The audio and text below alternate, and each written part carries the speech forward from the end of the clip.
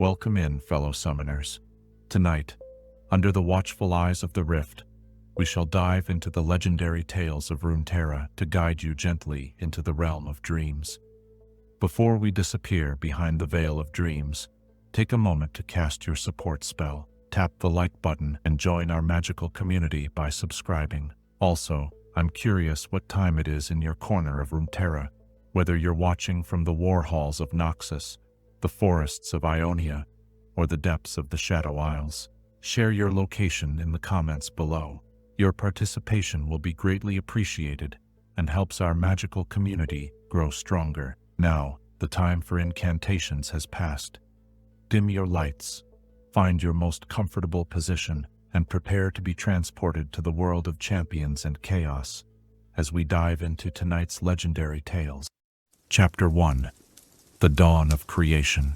In the vast silence that existed before time, before the first star drew breath or the first world took shape, there existed something far more profound than emptiness. It was potential itself, pure, infinite, and waiting. Tonight, as we settle into the gentle embrace of contemplation, let us journey to the very beginning of all things, to understand the fragments of creation that would one day become both Runeterra's greatest blessing and its most terrible curse. Imagine, if you will, the moment when nothingness first stirred with possibility. In that primordial instant, when the universe drew its first breath, certain forces came into being that would serve as the fundamental blueprint for all reality. These were not mere energies or simple magical forces, but the very building blocks of existence itself, patterns and principles so profound that they would shape the laws by which all worlds would function. The world runes, as they would come to be known in the ages that followed, were born from this cosmic awakening. They were not created in the sense that mortals understand creation, crafted by hands or shaped by will, but rather they emerged as natural expressions of the universe's most fundamental truths.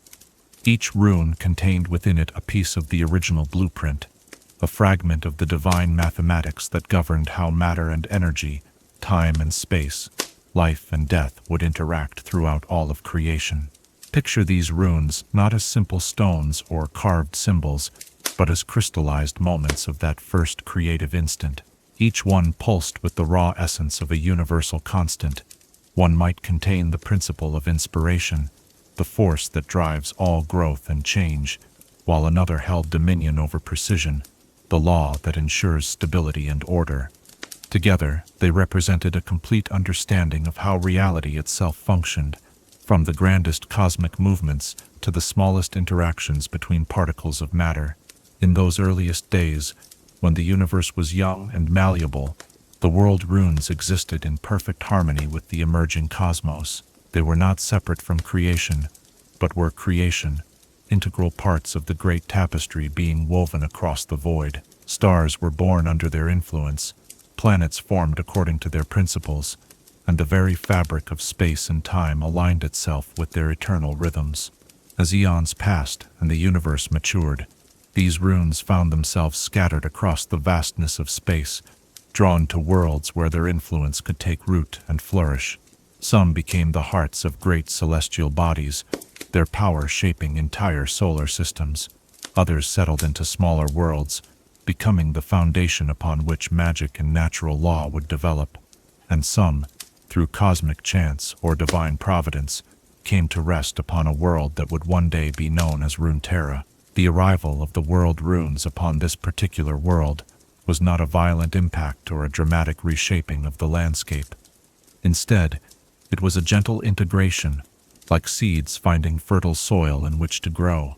The planet itself seemed to welcome these fragments of creation, and over countless millennia, the runes became deeply embedded in the world's very essence. They influenced the formation of continents, the flow of magical energies, and the development of life itself. Yet even as they settled into their new home, the world runes remained connected to their cosmic origins. They continued to pulse with the rhythm of creation, maintaining their link to the fundamental forces that governed all existence. This connection meant that they were not merely powerful magical artifacts, but were in truth pieces of the universal engine that kept reality functioning. To understand them was to glimpse the mind of creation itself. To wield them was to touch the very levers that controlled the cosmic machinery. As life began to flourish on Runeterra, the world runes' presence became woven into the planet's magical ecosystem. They did not actively shape the development of civilizations or directly interfere in the growth of cultures, but their mere existence created a world where magic flowed more freely, where the boundaries between the possible and impossible were more fluid than on other worlds. They were silent guardians of potential, ensuring that this particular corner of the universe would remain a place where extraordinary things could happen. The earliest sentient beings to develop on Runeterra lived in harmony with this enhanced magical environment, never suspecting that their world's unique properties stemmed from the presence of these cosmic fragments.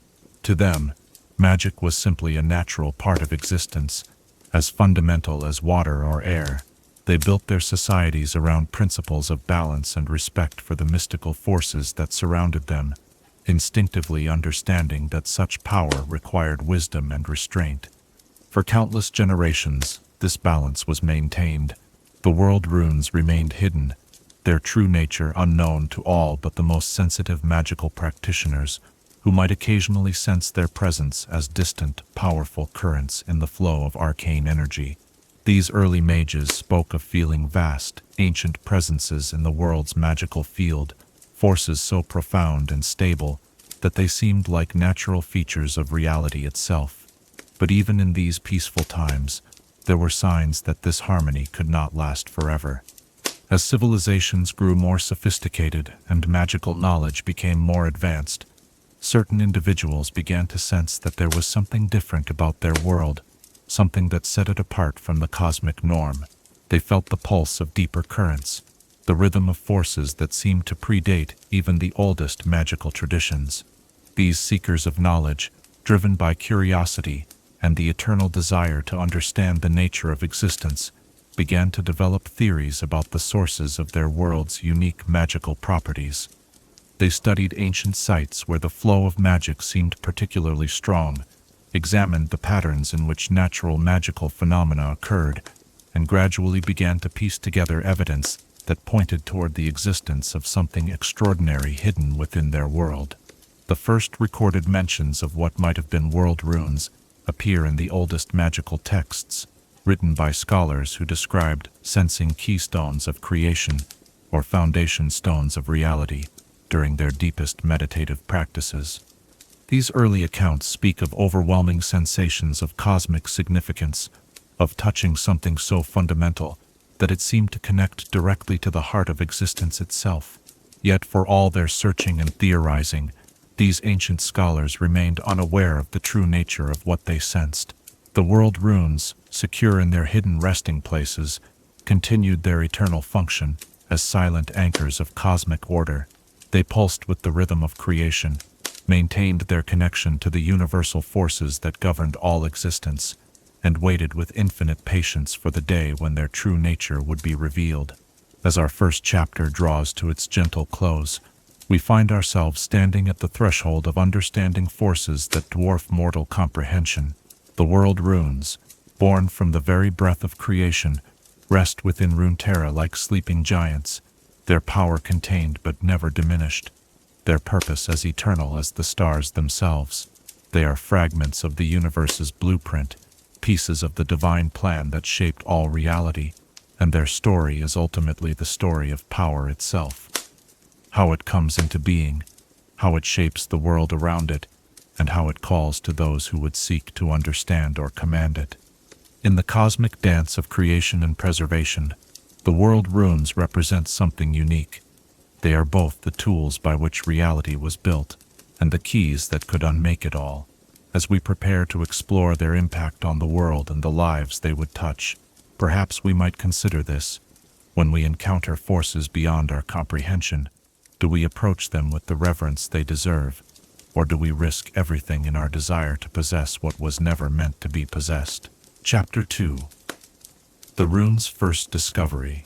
In the age when civilizations first began to reach beyond their humble origins, When the spark of ambition first kindled in mortal hearts, there came a moment that would forever alter the course of Runeterra's history.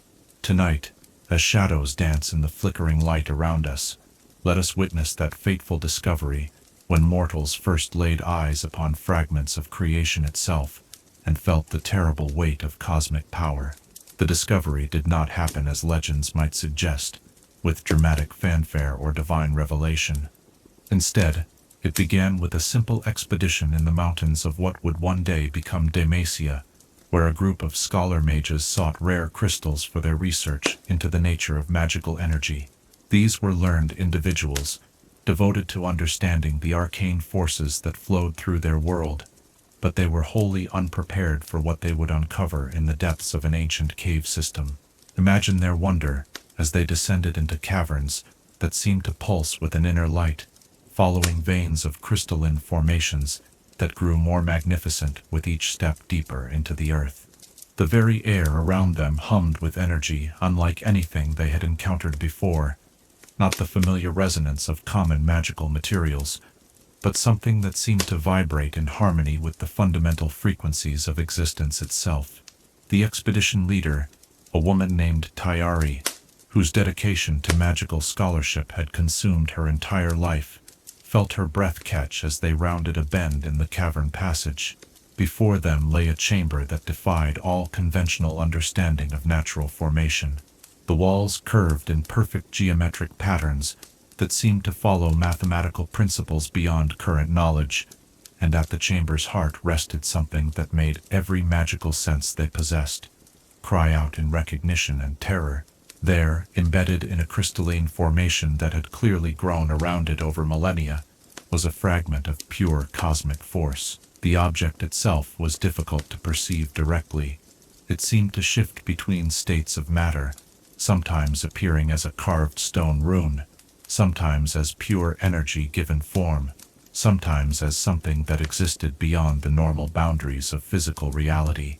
What remained constant was the overwhelming sense of power that radiated from it, power that spoke of forces that had shaped the very foundations of the world.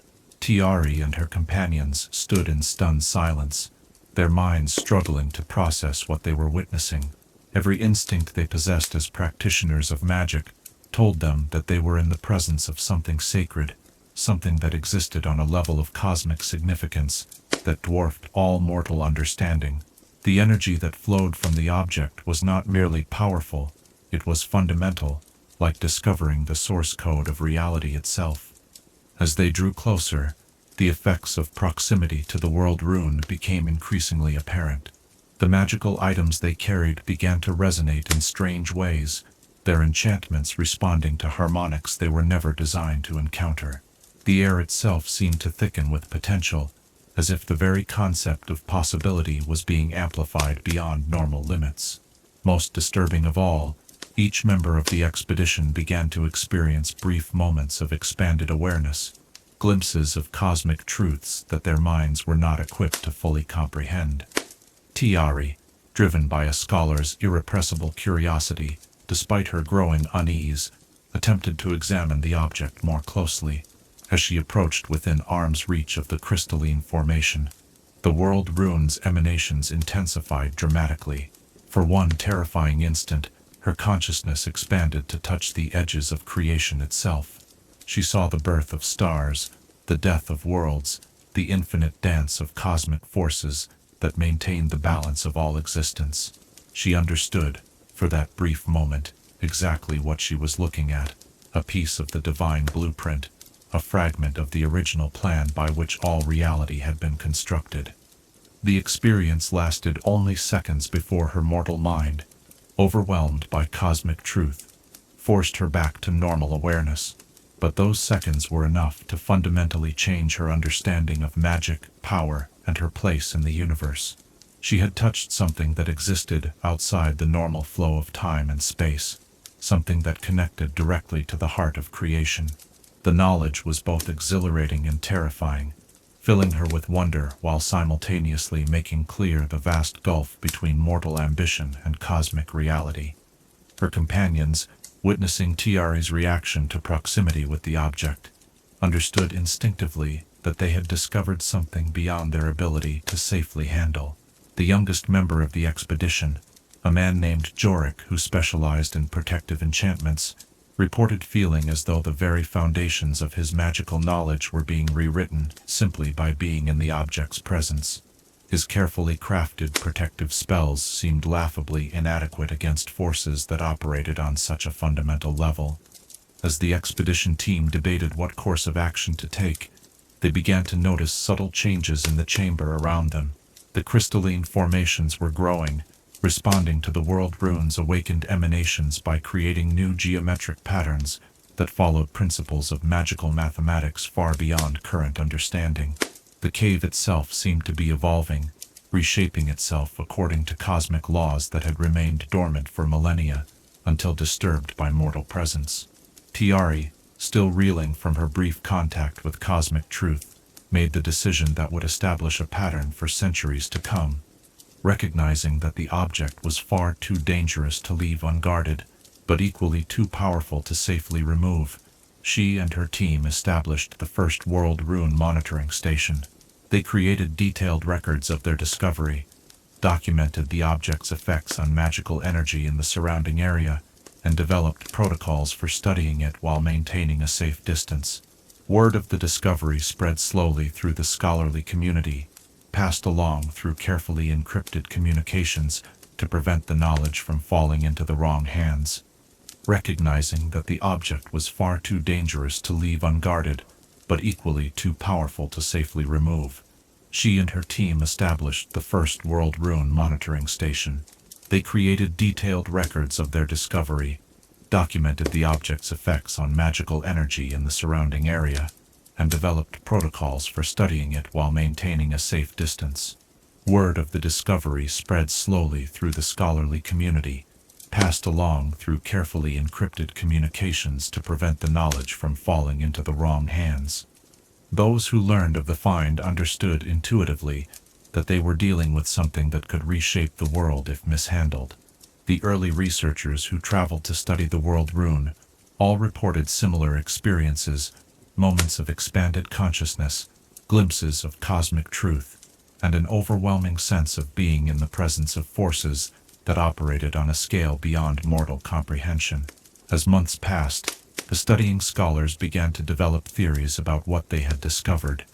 Some believed it was a fragment of divine essence, a piece of whatever cosmic intelligence had shaped the universe. Others theorized that it was a naturally occurring concentration of the fundamental forces that governed magical energy. A few, influenced by their brief moments of expanded awareness, came closer to the truth that they had found a piece of the original blueprint of creation, a fragment of the cosmic design that had shaped all reality. These early researchers established many of the principles that would guide World Rune scholarship for generations to come. They documented the importance of approaching such artifacts with extreme caution, the need for extensive protective measures when attempting to study them, and the recognition that direct contact with such cosmic forces was beyond the capacity of unprotected mortal minds. Most importantly, they recognized that the discovery of even one such artifact suggested the existence of others. The implications of this realization were staggering. If there were multiple fragments of cosmic creation scattered throughout the world, then the potential for both wonder and catastrophe was virtually unlimited. A single World Rune had already demonstrated the ability to subtly reshape the reality around it simply through its presence. What might happen if multiple such artifacts were brought together? What kind of power would be available to those who could safely harness their energy? These questions would drive magical research for centuries, inspiring expeditions to the furthest corners of Runeterra and leading to the development of increasingly sophisticated theories about the nature of cosmic power. But in those early days, standing in that crystal chamber with the World Rune pulsing before them, Tiari and her companions could only marvel at what they had found and struggle to comprehend the magnitude of forces they had awakened. The chamber itself began to attract attention from the natural world as well. Creatures sensitive to magical energy were drawn to the area, some seeking to bask in the enhanced magical field. others fleeing from forces their instincts warned them were too powerful to safely approach. Plant life in the surrounding area began to exhibit unusual properties, growing in patterns that reflected the geometric principles emanating from the world Rune, and developing enhanced magical properties. As our second chapter draws to its contemplative close, we see the moment when mortal ambition first encountered cosmic truth. The discovery of that first world Rune marked the beginning of a new age, an era when humanity would be forced to confront the existence of forces far beyond their current understanding or control. It was a moment of profound wonder and equally profound danger, when the universe revealed a glimpse of its fundamental nature to minds barely equipped to comprehend such truth. The scholars who made this discovery could never have imagined the chain of events they were setting in motion, the wars that would be fought over such artifacts, or the terrible prices that would be paid by those who sought to claim cosmic power for themselves. They saw only wonder and possibility, the tantalizing promise of understanding truths that had remained hidden since the dawn of creation. In that moment of first contact between mortal curiosity and cosmic truth, perhaps we might reflect on this.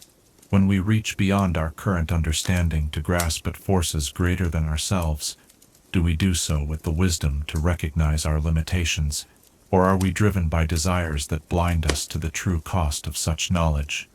In that moment of first contact between mortal curiosity and cosmic truth, perhaps we might reflect on this. When we reach beyond our current understanding to grasp at forces greater than ourselves, do we do so with the wisdom to recognize our limitations, or are we driven by desires that blind us to the true cost of such knowledge? Chapter 3. The Rune Wars begin. In the chronicles of Runeterra's darkest hours, few periods matched the devastation that followed when knowledge of the world runes spread beyond the careful guardianship of scholars. Tonight, as we sit in peaceful contemplation, let us explore how discovery became obsession, how wonder transformed into warfare, and how fragments of creation itself became the prize in conflicts that would reshape the very landscape of the world. The transformation from scholarly curiosity to military ambition did not happen overnight. For nearly a century after Tayari's initial discovery, the world Rune remained under the protection of academic institutions, studied by carefully selected researchers who understood the magnitude of forces they were investigating. These scholars had developed protocols for safe interaction with cosmic power, established extensive protective measures, and maintained strict secrecy about the artifact's existence and capabilities. But secrets of such magnitude have a way of escaping even the most careful containment.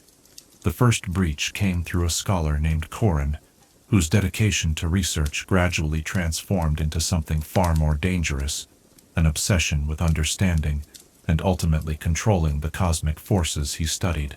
Where others saw the need for caution and respect, Rune began to see untapped potential that could be harnessed for the betterment of civilization, if only the proper methods could be developed. Imagine the moment when Rune first shared his theories with representatives of the emerging Dalmatian kingdom, painting visions of a world where cosmic power could be channeled to bring order and prosperity to all lands. His presentations spoke of ending famine through reality-altering magic, of creating perfect defenses against any threat, of establishing a golden age where the fundamental forces of creation served mortal needs. To leaders struggling with the challenges of governing growing populations and defending against external threats, such possibilities seemed like divine providence. The initial Dalmatian expeditions to study the world Rune were conducted with appropriate caution, following the established protocols and maintaining the protective measures that had kept researchers safe for generations. But as the kingdom's mages began to develop new theories about potential applications for world Rune energy, the focus gradually shifted from understanding to utilization. They began to design magical frameworks that could theoretically channel small amounts of cosmic power, systems that promised to revolutionize everything from agriculture to warfare. Word of these developments inevitably reached other kingdoms and city-states, carried by merchants, travelers, and the inevitable network of spies that connected all major powers. The response was swift and predictable. If one nation was developing access to cosmic-level magical power, then all others needed to either acquire similar capabilities or risk being overwhelmed by forces they could not hope to match through conventional means. The first competing expedition was launched by the Noxian Empire, whose leaders had long understood that superior magical capabilities were often the deciding factor in military conflicts. Unlike the Dalmatians, who approached world rune research with at least some reverence for the cosmic forces involved, the Noxians viewed the artifacts purely as weapons to be mastered and deployed. They established research facilities designed not for careful study, but for rapid development of military applications. As multiple powers began searching for additional world runes, the careful protocols established by the original researchers were gradually abandoned in favor of speed and competitive advantage. Expeditions became increasingly aggressive, using magical detection methods that risked destabilizing the very artifacts they sought to claim. The respectful distance maintained by early scholars gave way to direct manipulation attempts, as each faction sought to unlock the cosmic power they believed would ensure their dominance. The first actual discovery of a second world rune occurred in the mountains near what would become Piltover, where a joint expedition of merchant-funded researchers uncovered an artifact embedded in a network of natural crystal formations. Unlike the carefully controlled revelation of the first discovery, this find immediately became the center of a territorial dispute between three different kingdoms, each claiming historical rights to the mountainous region and the cosmic treasure it contained. The conflict that erupted around this second world rune marked the true beginning of the Rune Wars. What started as legal disputes and diplomatic negotiations quickly escalated into military action as each faction became convinced that allowing their rivals to control such power would mean their own inevitable destruction. The armies that marched toward that mountain carried not only conventional weapons, but also the first generation of magical devices designed to interact with world rune energy. The battle itself defied all previous understanding of warfare. When the opposing forces finally clashed within the cosmic field surrounding the second world rune, the very nature of conflict was transformed. Spells that should have produced simple effects instead created reality-warping phenomena that followed no established magical principles.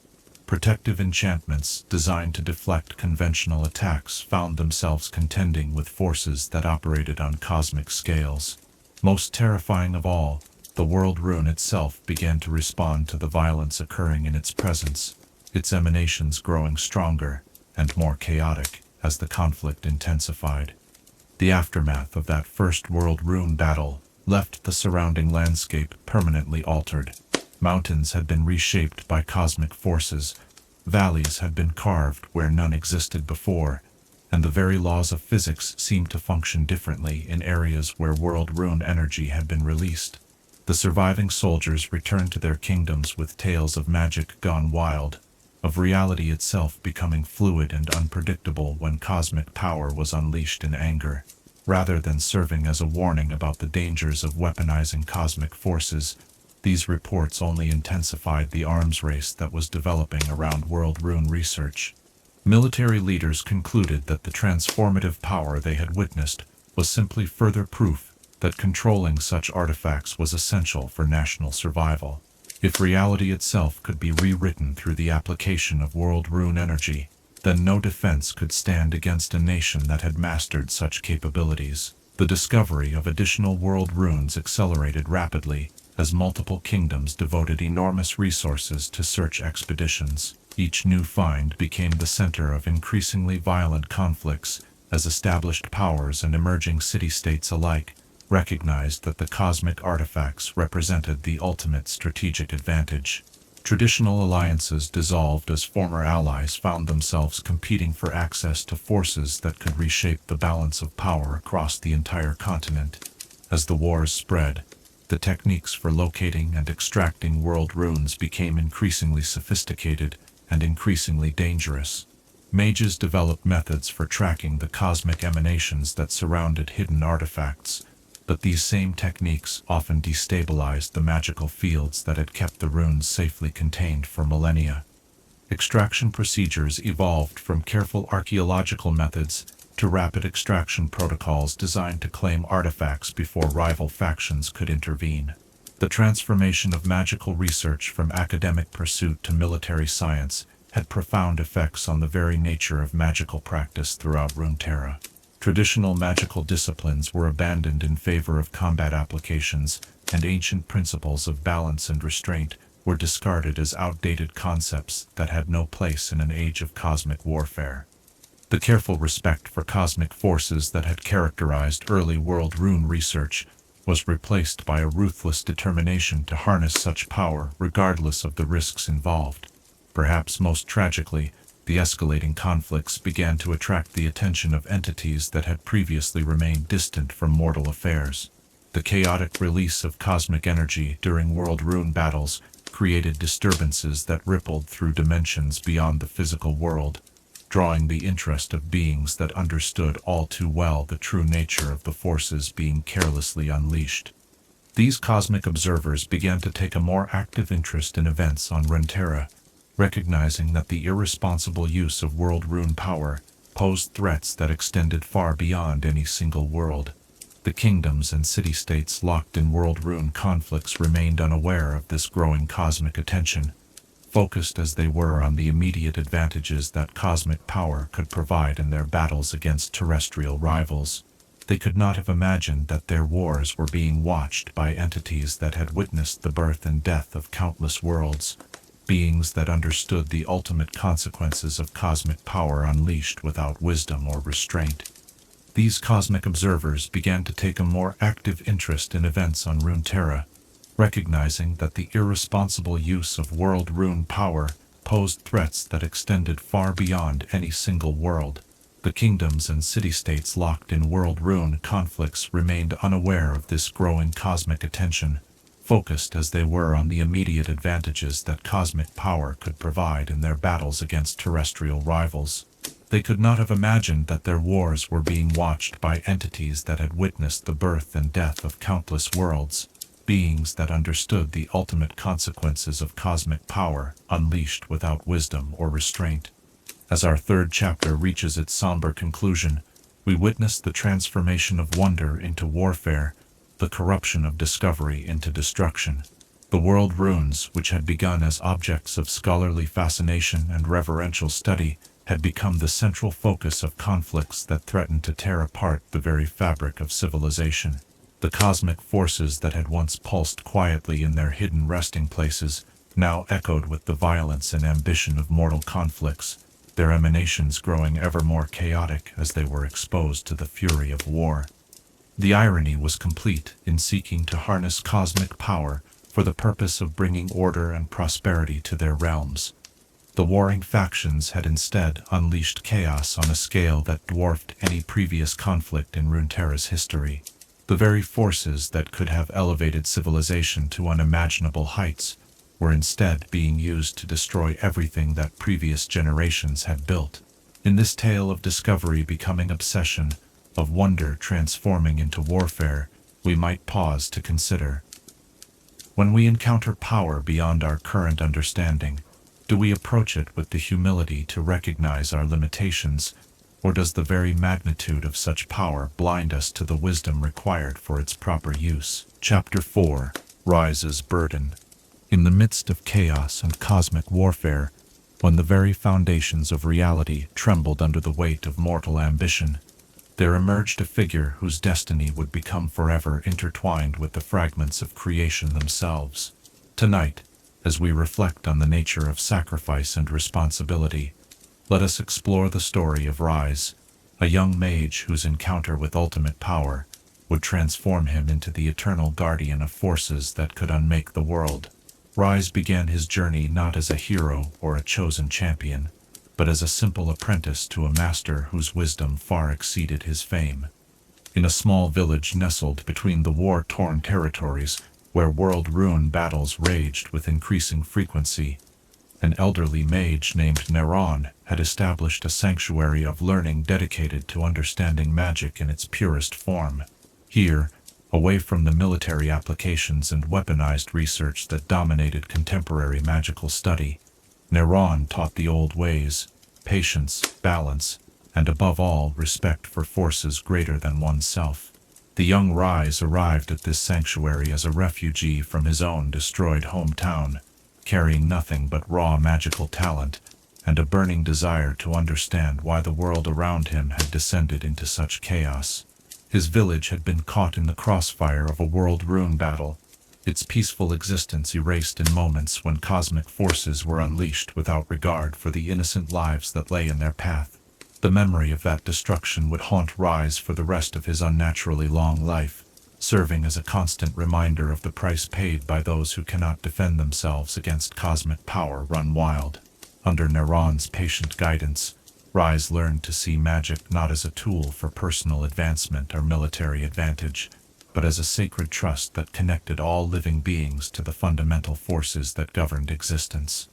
His master taught him that true magical mastery required not just technical skill but wisdom, compassion, and an understanding of the broader consequences that every magical action could produce.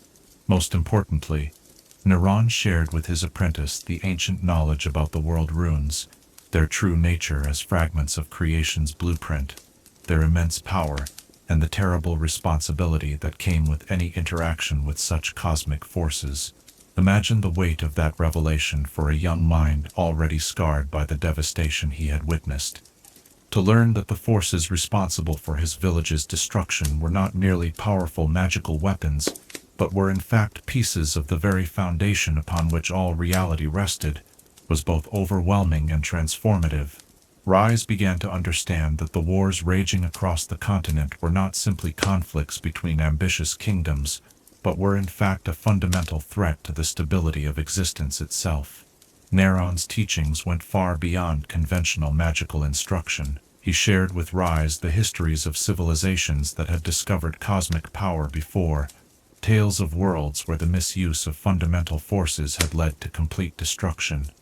These were not merely cautionary stories, but documented accounts of what happened when beings gained access to power they were not equipped to handle responsibly. The parallels to the current situation on Runeterra were unmistakable and terrifying. As Ryze's understanding deepened, he began to comprehend the true scope of the crisis facing their world. The world runes were not merely powerful artifacts that could be claimed and controlled.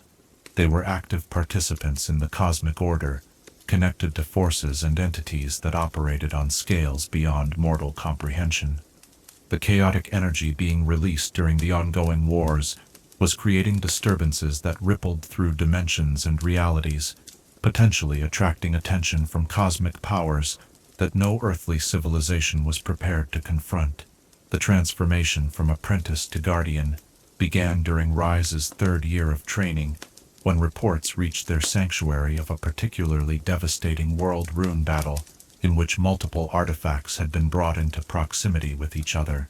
The resulting explosion of cosmic energy had not merely reshaped the local landscape, it had torn holes in the fabric of reality itself, creating rifts through which alien energies and entities were beginning to seep into the world.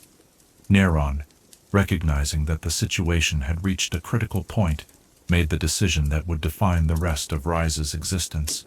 He revealed to his apprentice that he was not merely a scholar of ancient magical traditions, but was in fact one of the last remaining members of an order that had been secretly guarding world runes for centuries. This order, established in the earliest days after the first discoveries, had dedicated itself to protecting cosmic artifacts from those who would misuse them. Understanding that such responsibility required sacrifices that few were willing to make. The weight of this revelation was staggering. To learn that his beloved master had spent centuries watching over forces that could destroy the world, maintaining constant vigilance against those who would claim cosmic power for themselves, was to understand the true meaning of dedication to a cause greater than oneself. But even more overwhelming was Naration's next revelation, that he was dying, his mortal form finally succumbing to the effects of prolonged exposure to cosmic energies, and that the responsibility for continuing this sacred duty would soon fall to Ryze. The training that followed was unlike anything Ryze had experienced before. Narration taught him techniques for safely interacting with world rune energies, methods for tracking and locating the scattered artifacts, and most importantly, the mental disciplines required to resist the corrupting influence of cosmic power. This last lesson proved to be the most challenging, as proximity to world runes had a way of expanding consciousness in directions that mortal minds were not equipped to handle, creating temptations and delusions that had destroyed many previous guardians. As part of his final instruction, Narration took Ryze to see one of the world runes that the Order had been protecting, not the damaged and chaotic artifacts that had been exposed to warfare, but one that remained in its original state, pulsing quietly with the rhythm of creation itself. The experience of standing in the presence of such power, while maintaining the mental clarity necessary to remain unaffected by its influence, was perhaps the most difficult test that any mortal could face.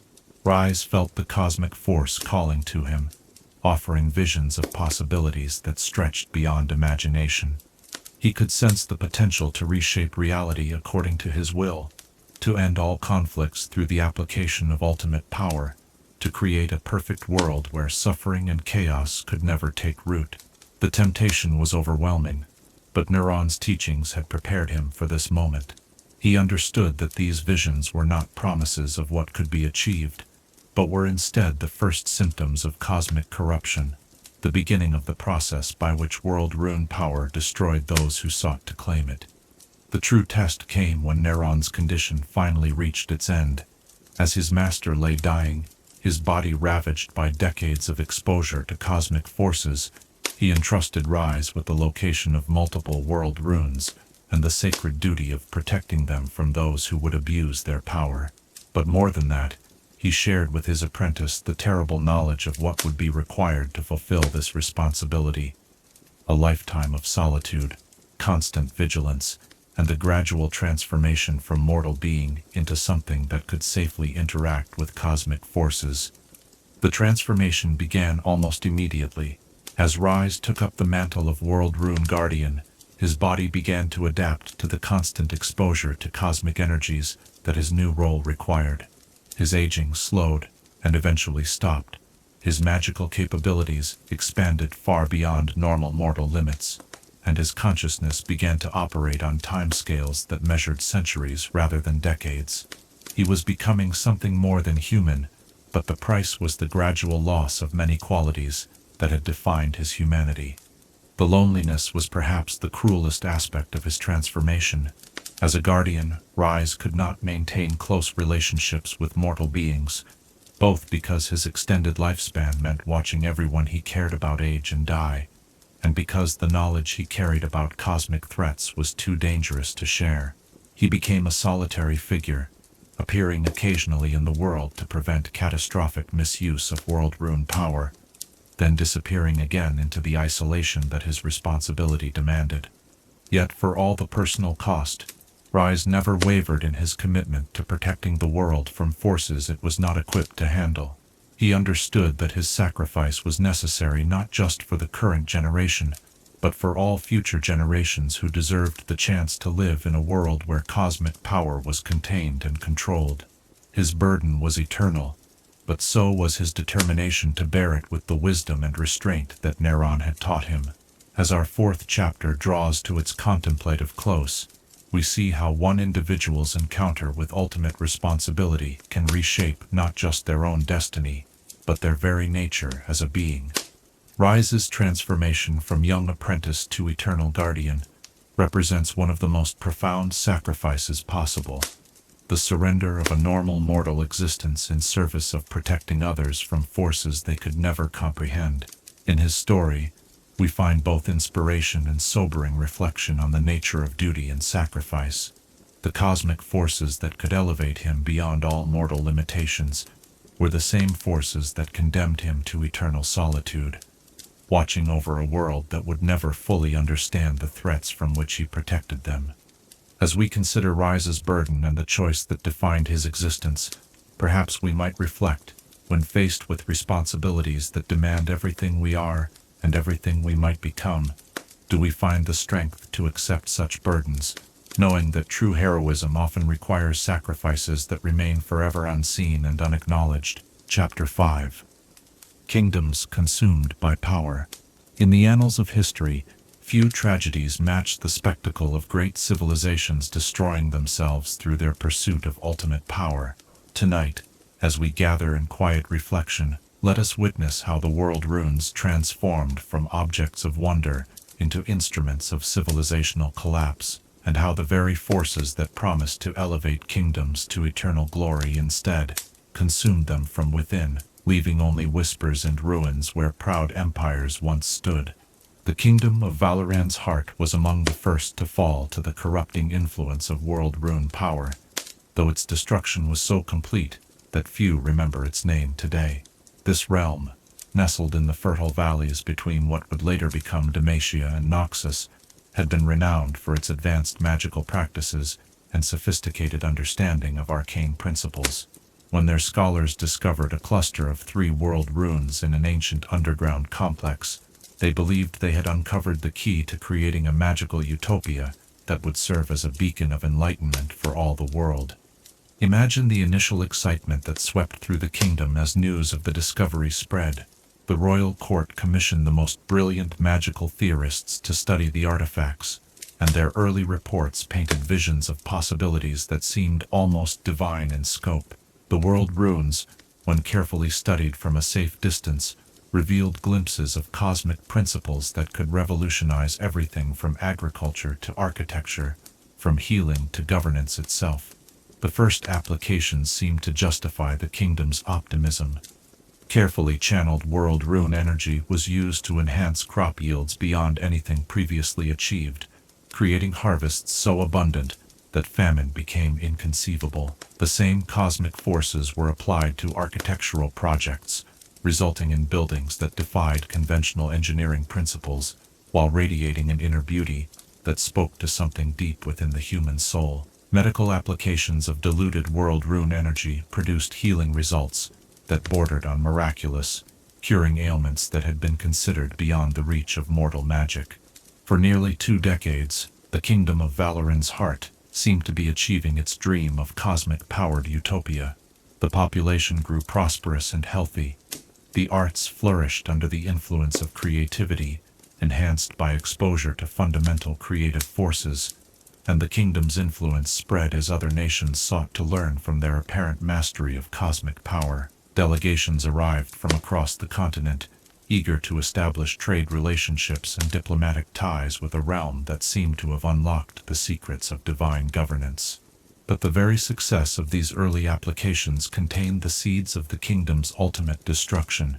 Each use of world rune energy, no matter how carefully controlled, created subtle changes in the cosmic fields that surrounded the artifacts. The runes themselves began to respond to mortal interaction in ways that the kingdom's researchers had not anticipated, their emanations growing stronger and more chaotic as they were repeatedly called upon to power the realm's expanding magical infrastructure. The first signs of trouble appeared in the enhanced crops that had made the kingdom famous for its abundance. Plants that had thrived under diluted cosmic energy began to exhibit strange mutations, developing properties that defied natural law. Some crops became almost crystalline in structure, their nutritional value enhanced, but their essence fundamentally altered in ways that the kingdom's scholars could not fully understand. Others began to exhibit primitive forms of consciousness, creating agricultural fields that seemed to watch and respond to human presence. These agricultural anomalies were initially dismissed as minor side effects that could be managed through careful monitoring and adjustment of the cosmic energy applications. The kingdom's researchers believed they simply needed to refine their techniques to eliminate the unwanted mutations while preserving the beneficial effects. But as they increased their direct interaction with the world runes in pursuit of these refinements, they began to experience the artifact's more insidious influences. The cosmic forces that had seemed so beneficial when channeled through careful intermediary systems began to affect the researchers themselves when they attempted more direct manipulation. Prolonged exposure to world rune energy started to alter their perceptions of reality, expanding their consciousness in directions that mortal minds were not equipped to handle.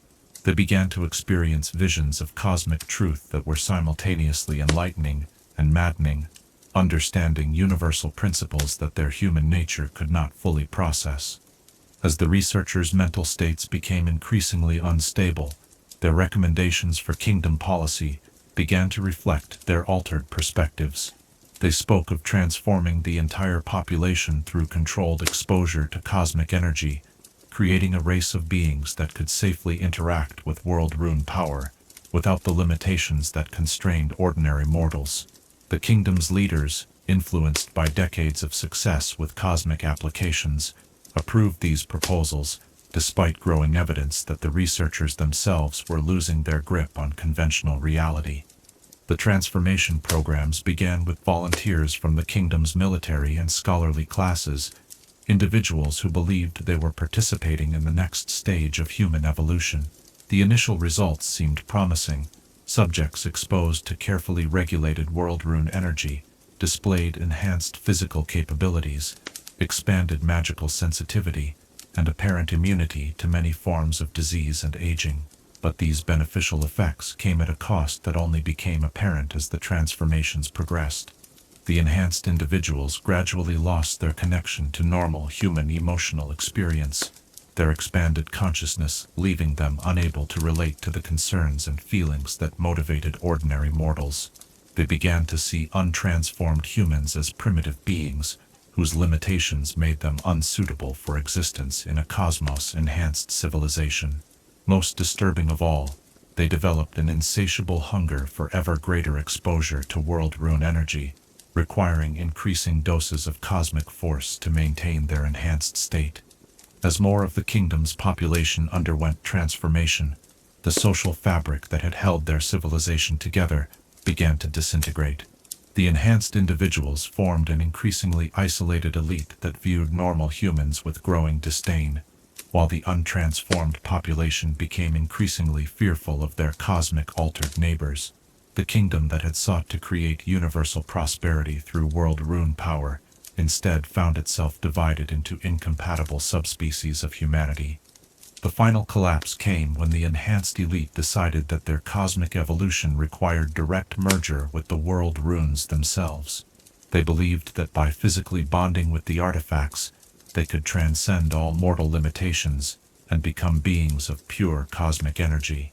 The ritual they designed to achieve this transcendence was based on their altered understanding of reality, incorporating principles that defied all conventional magical wisdom. When the ritual was performed, the results exceeded even their most ambitious expectations and their most terrifying nightmares. The world runes, responding to direct integration with transformed human consciousness, released a pulse of cosmic energy that reshaped reality across the entire kingdom. The enhanced individuals achieved their desired merger with cosmic forces, but in doing so, they ceased to exist as recognizable beings, becoming instead components of a vast, alien intelligence that bore no resemblance to their original human nature. The untransformed population faced an even more terrible fate. The cosmic pulse that had consumed the enhanced elite propagated through all the magical infrastructure that the kingdom had built using world rune energy. Every enhanced building, every cosmic-powered device, every trace of the technology that had made their civilization so prosperous became a conduit for reality-altering forces that the mortal mind could not comprehend. Within days, the entire kingdom had been transformed beyond recognition. The physical landscape remained largely intact, but the very laws of nature had been rewritten according to alien principles. Gravity flowed in spirals rather than straight lines. Time moved at different rates in different locations, and the boundary between thought and reality had become so fluid that imagination could reshape the physical world. The few survivors who managed to escape reported that the kingdom had become a place where human existence was simply impossible. The fate of Valoran's heart served as a warning to other kingdoms, but it was a warning that was largely ignored. The other realms that possessed world runes convinced themselves that they could avoid similar destruction through more careful application of cosmic power, better protective measures, and superior understanding of the forces they were attempting to harness. They could not accept that the problem was not in their methods, but in the fundamental incompatibility between cosmic forces and mortal ambition. Similar patterns of rise and catastrophic fall played out across the continent as kingdom after kingdom fell victim to the corrupting influence of world rune power. Each civilization believed it could succeed where others had failed. Each developed innovative approaches to cosmic energy management, and each ultimately discovered that some forces are simply too vast and alien for mortal beings to safely control. The environmental devastation left by these fallen kingdoms created vast areas where the normal laws of physics no longer applied, regions that became known as the Scar Lands, territories where cosmic energy had run wild and reshaped reality according to principles that bore no relationship to the natural order. These areas served as permanent monuments to the hubris of civilizations that had sought to claim power beyond their capacity to understand or control. As our 5th chapter reaches its somber conclusion, we witness the ultimate price of cosmic ambition, the complete destruction of the very civilizations that such power was meant to elevate. The world runes, fragments of creation's blueprint, proved to be forces that could indeed transform mortal society, but not in ways that mortal beings could survive or comprehend. In these tales of kingdoms consumed by their own success, we see reflected the eternal tension between ambition and wisdom, between the desire for transcendence and the need for restraint. The cosmic forces that promised to solve every problem and fulfill every dream instead revealed themselves as challenges that required a level of wisdom and self-discipline that few civilizations could maintain when faced with the temptation of ultimate power. As we contemplate these fallen realms and the dreams that died with them, perhaps we might consider, when we seek to transcend our current limitations through the application of forces we do not fully understand, do we possess the wisdom to recognize when such transcendence might cost us everything that makes us who we are? Chapter 6. The Rune's Terrible Potential. In the depths of cosmic understanding, where mortal comprehension gives way to universal truth, there exist forces so profound that their mere existence challenges everything we believe about the nature of reality itself. Tonight, as we delve into the heart of creation's blueprint, let us explore the true nature of the world runes, not merely as powerful artifacts, but as fragments of the fundamental code that governs all existence, and contemplate the terrible beauty of forces that could, if fully unleashed, unmake everything that has ever been.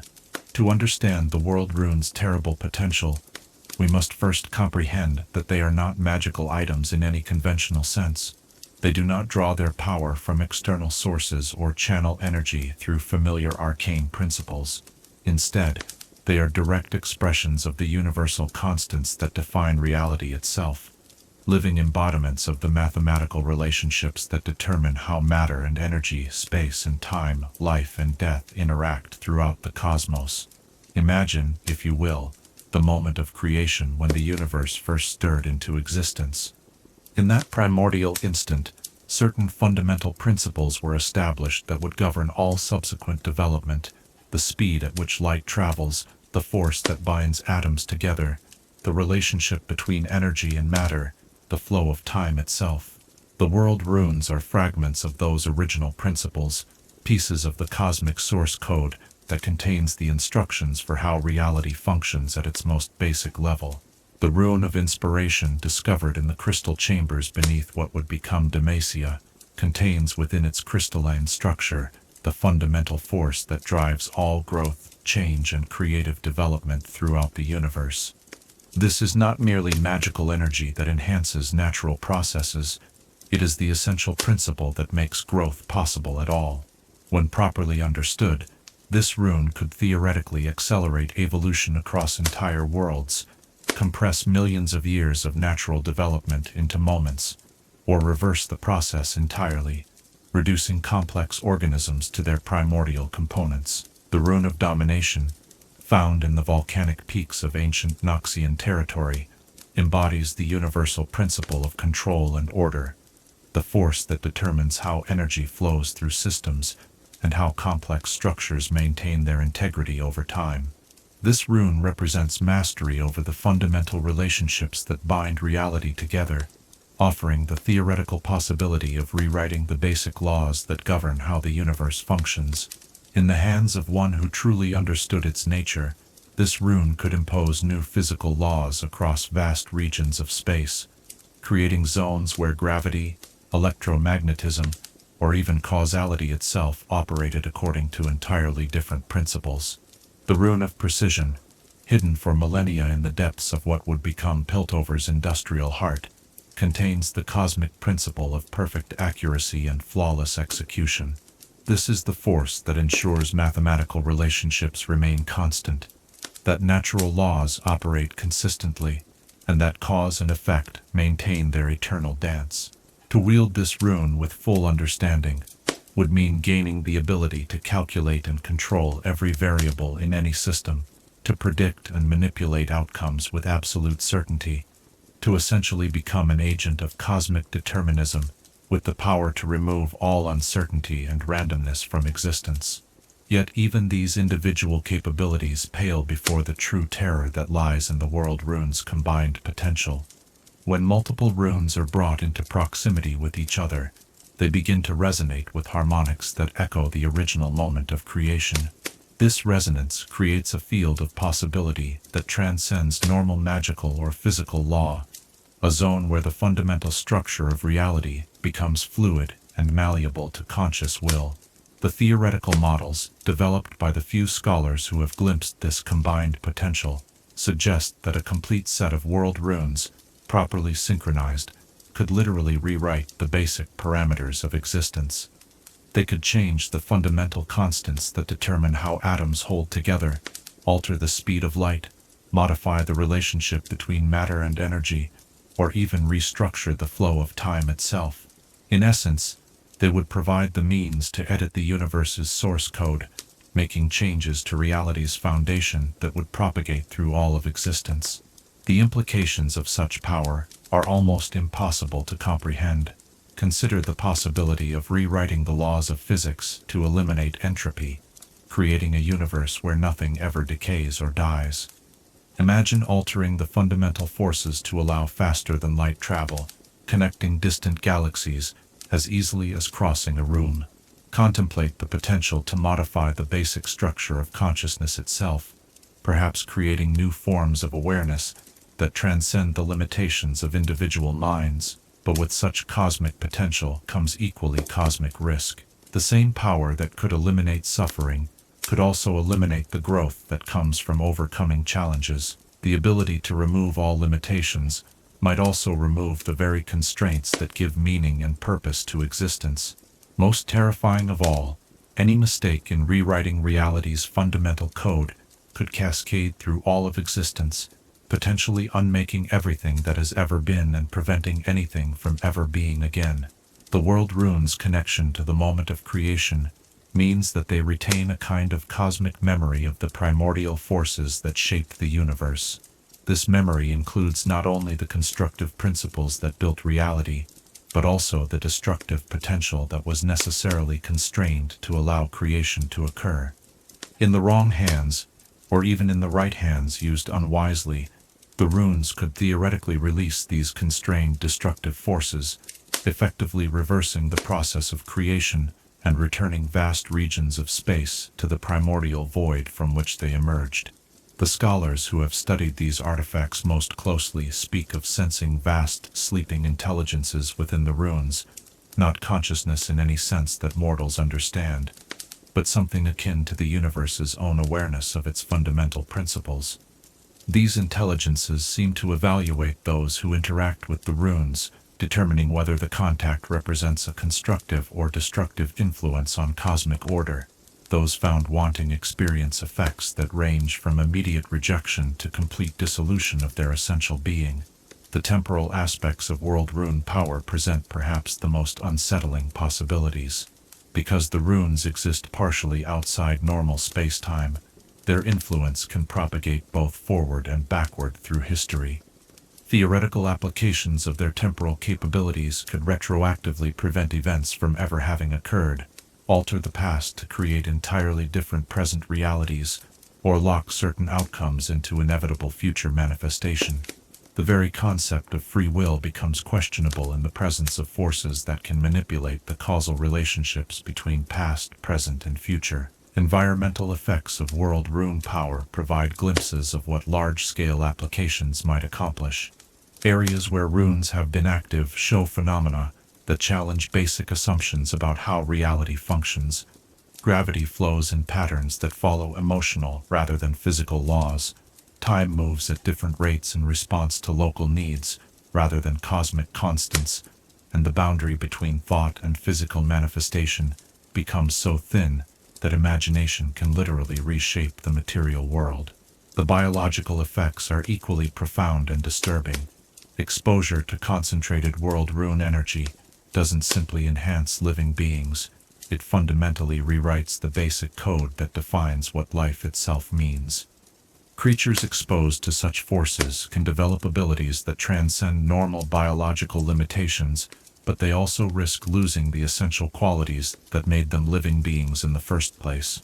The transformation process seems to optimize for cosmic harmony rather than individual survival, potentially sacrificing personal identity in favor of universal balance. Perhaps most sobering is the realization that the world runes represent only a fraction of the creative force that shaped the universe.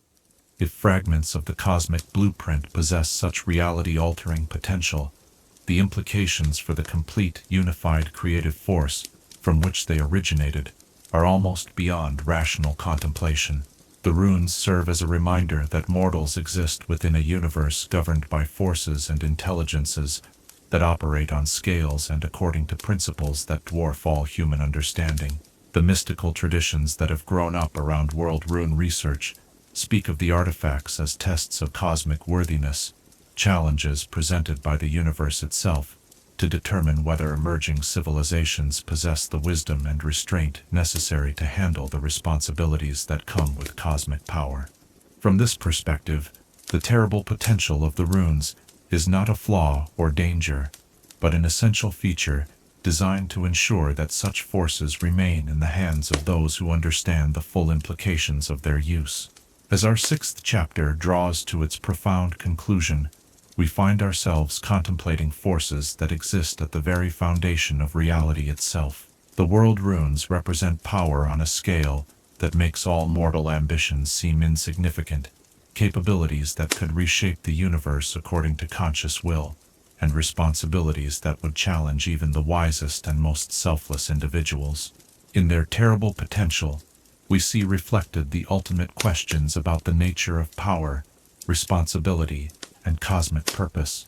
These fragments of creation's blueprint offer the possibility of transcending all limitations, but they also demand a level of wisdom and restraint that may be beyond the capacity of any finite being.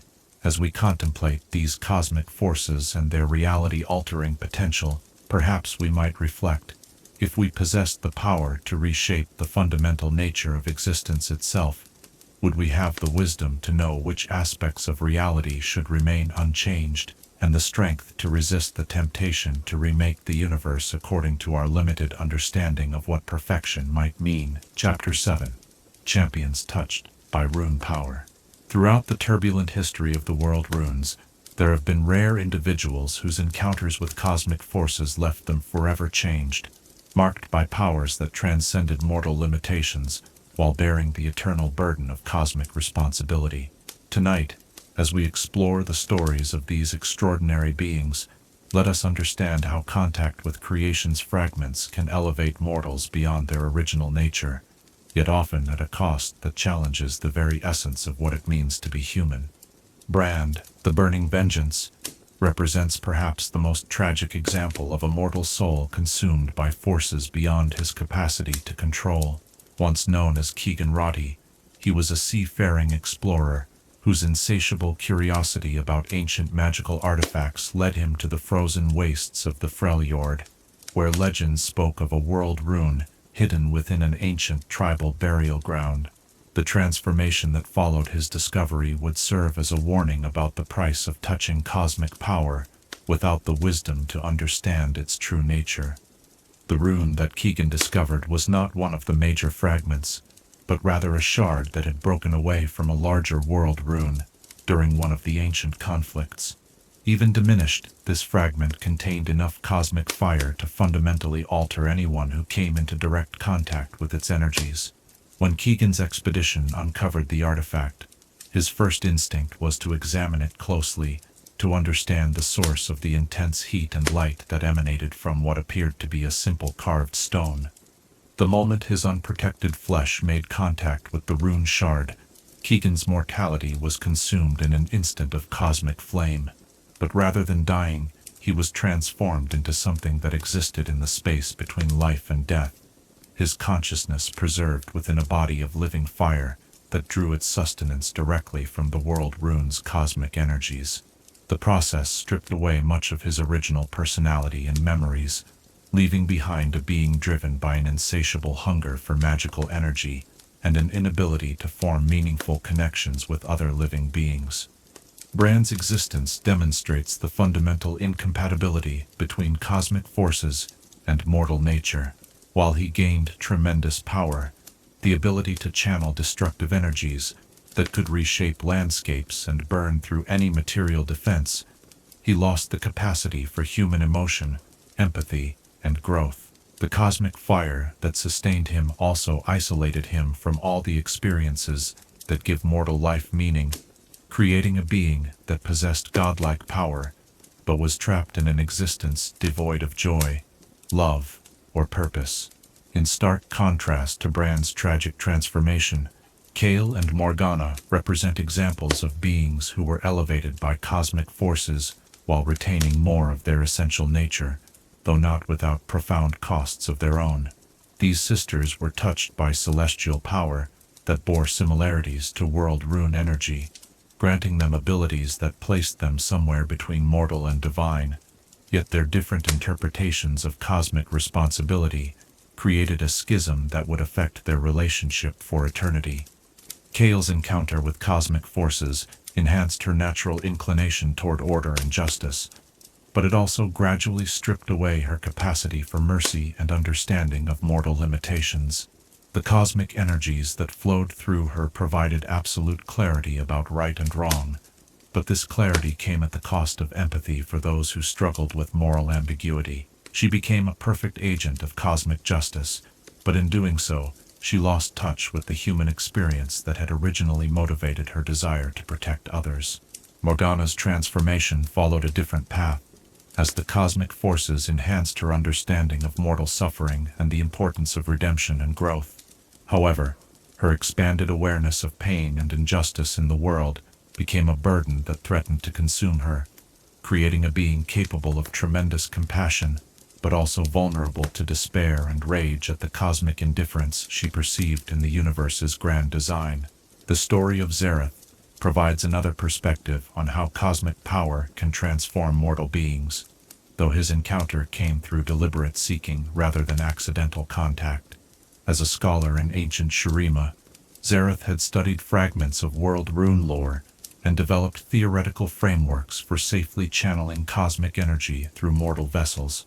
His transformation during the ritual of ascension was supposed to elevate him to divine status while preserving his essential nature, but the process instead revealed the fundamental impossibility of containing infinite power within finite forms.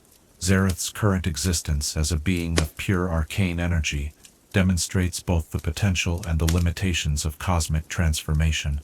He gained access to magical capabilities that rival those of the world runes themselves, able to manipulate reality on vast scales and exist independently of physical form. Yet this transcendence came at the cost of losing all connection to mortal experience, leaving him as a being of immense power, but limited understanding of the very mortals he once sought to help. The champions who have encountered world rune energy directly, rather than similar cosmic forces, show even more dramatic alterations to their fundamental nature. These individuals often report experiencing brief moments of expanded consciousness during their encounters, glimpses of cosmic truth that provide profound insights, but also create psychological burdens that can be difficult to bear. Some speak of understanding, for fleeting instants, the complete interconnectedness of all existence, sensing how every action ripples through the cosmic web of cause and effect, how every choice influences the fate of countless beings across space and time. This awareness can be overwhelmingly beautiful, providing a sense of purpose and meaning that transcends all mortal concerns, but it can also be paralyzing, making it difficult to act when one perceives the vast consequences that flow from even the smallest decisions. Others describe encounters that revealed the temporary and fragile nature of all mortal achievements when viewed from cosmic perspectives, seeing their entire civilization as a brief flicker in the universe's timeline, understanding that all their struggles and triumphs would be forgotten in the cosmic flow of time. These individuals often struggle to find motivation for continued engagement with mortal concerns. The cosmic perspective, while truthful, can rob life of the immediate meaning that makes daily existence bearable. The physical effects of world rune exposure vary considerably depending on the duration and intensity of contact. Brief encounters might leave individuals with enhanced magical sensitivity, allowing them to perceive arcane energies and patterns that remain invisible to others. Longer exposure can result in fundamental changes to the body's relationship with magical energy, creating beings who can channel forces that would destroy normal mortals, but who require increasingly powerful magical sources to maintain their enhanced state. The most profound transformations occur in those who survive extended direct contact with active world runes. These individuals often develop capabilities that blur the line between magic and reality manipulation, able to influence the fundamental forces that govern their local environment. However, such power comes with the gradual loss of normal human neural patterns, as the brain adapts to processing cosmic-scale information by abandoning the thought processes that define mortal consciousness. Perhaps most tragically, many of those touched by world rune power report feeling isolated from normal human society, unable to relate to concerns and motivations that once seemed important to them. The expanded awareness that comes with cosmic contact can make ordinary mortal relationships feel shallow or meaningless, creating beings who possess tremendous power, but lack the connections that give life emotional richness and purpose. The few individuals who have managed to maintain their essential humanity while carrying world rune influence speak of it as a constant struggle between cosmic perspective and mortal heart. They describe learning to consciously limit their awareness, to choose when to engage with cosmic truth and when to focus on immediate human-scale concerns. This balance requires tremendous discipline and often comes at the cost of never being able to fully utilize the cosmic power they carry. Research into the long-term effects of world rune exposure suggests that the cosmic forces gradually reshape not just the body and mind, but the very soul of those they touch. Individuals who survive such encounters for extended periods often report feeling as though they are becoming something other than human, evolving into beings that exist partially outside normal space and time. While this transformation grants remarkable capabilities, it also raises profound questions about identity and continuity of self. The mystical traditions that have studied world rune effects speak of these transformations as cosmic tests, challenges designed to determine whether individuals possess the wisdom and strength of character necessary to handle ultimate power responsibly. From this perspective, the suffering and isolation experienced by those touched by cosmic forces are not unfortunate side effects, but essential experiences that prepare them for the responsibilities that come with transcendent capabilities.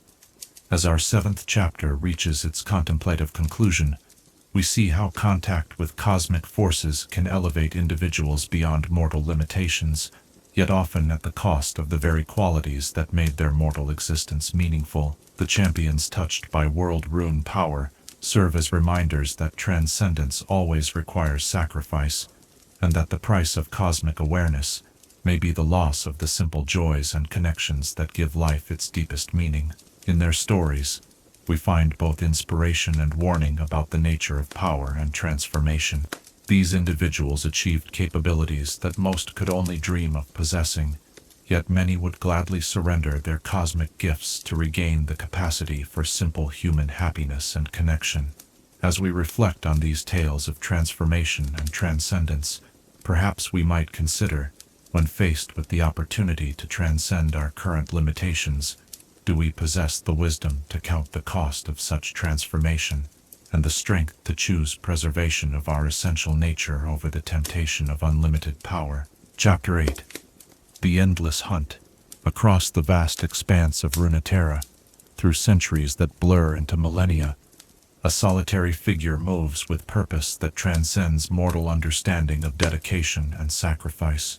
Tonight, as we contemplate the nature of eternal duty, let us follow Ryze through his endless quest to gather the scattered world runes, witnessing how one individual's commitment to protecting the world has shaped him into something both more and less than human, walking a path that offers no rest, no companionship, and no hope of a peaceful end.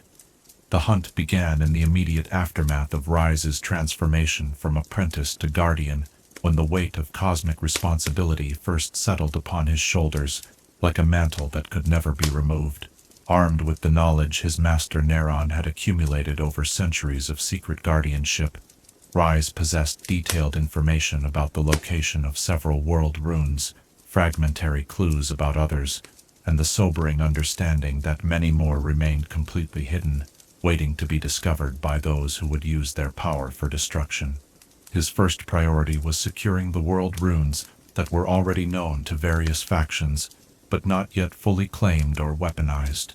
These artifacts represented the most immediate threat, as they were actively being sought by kingdoms and organizations that possessed both the resources to mount extensive expeditions and the magical knowledge to attempt dangerous applications of cosmic power.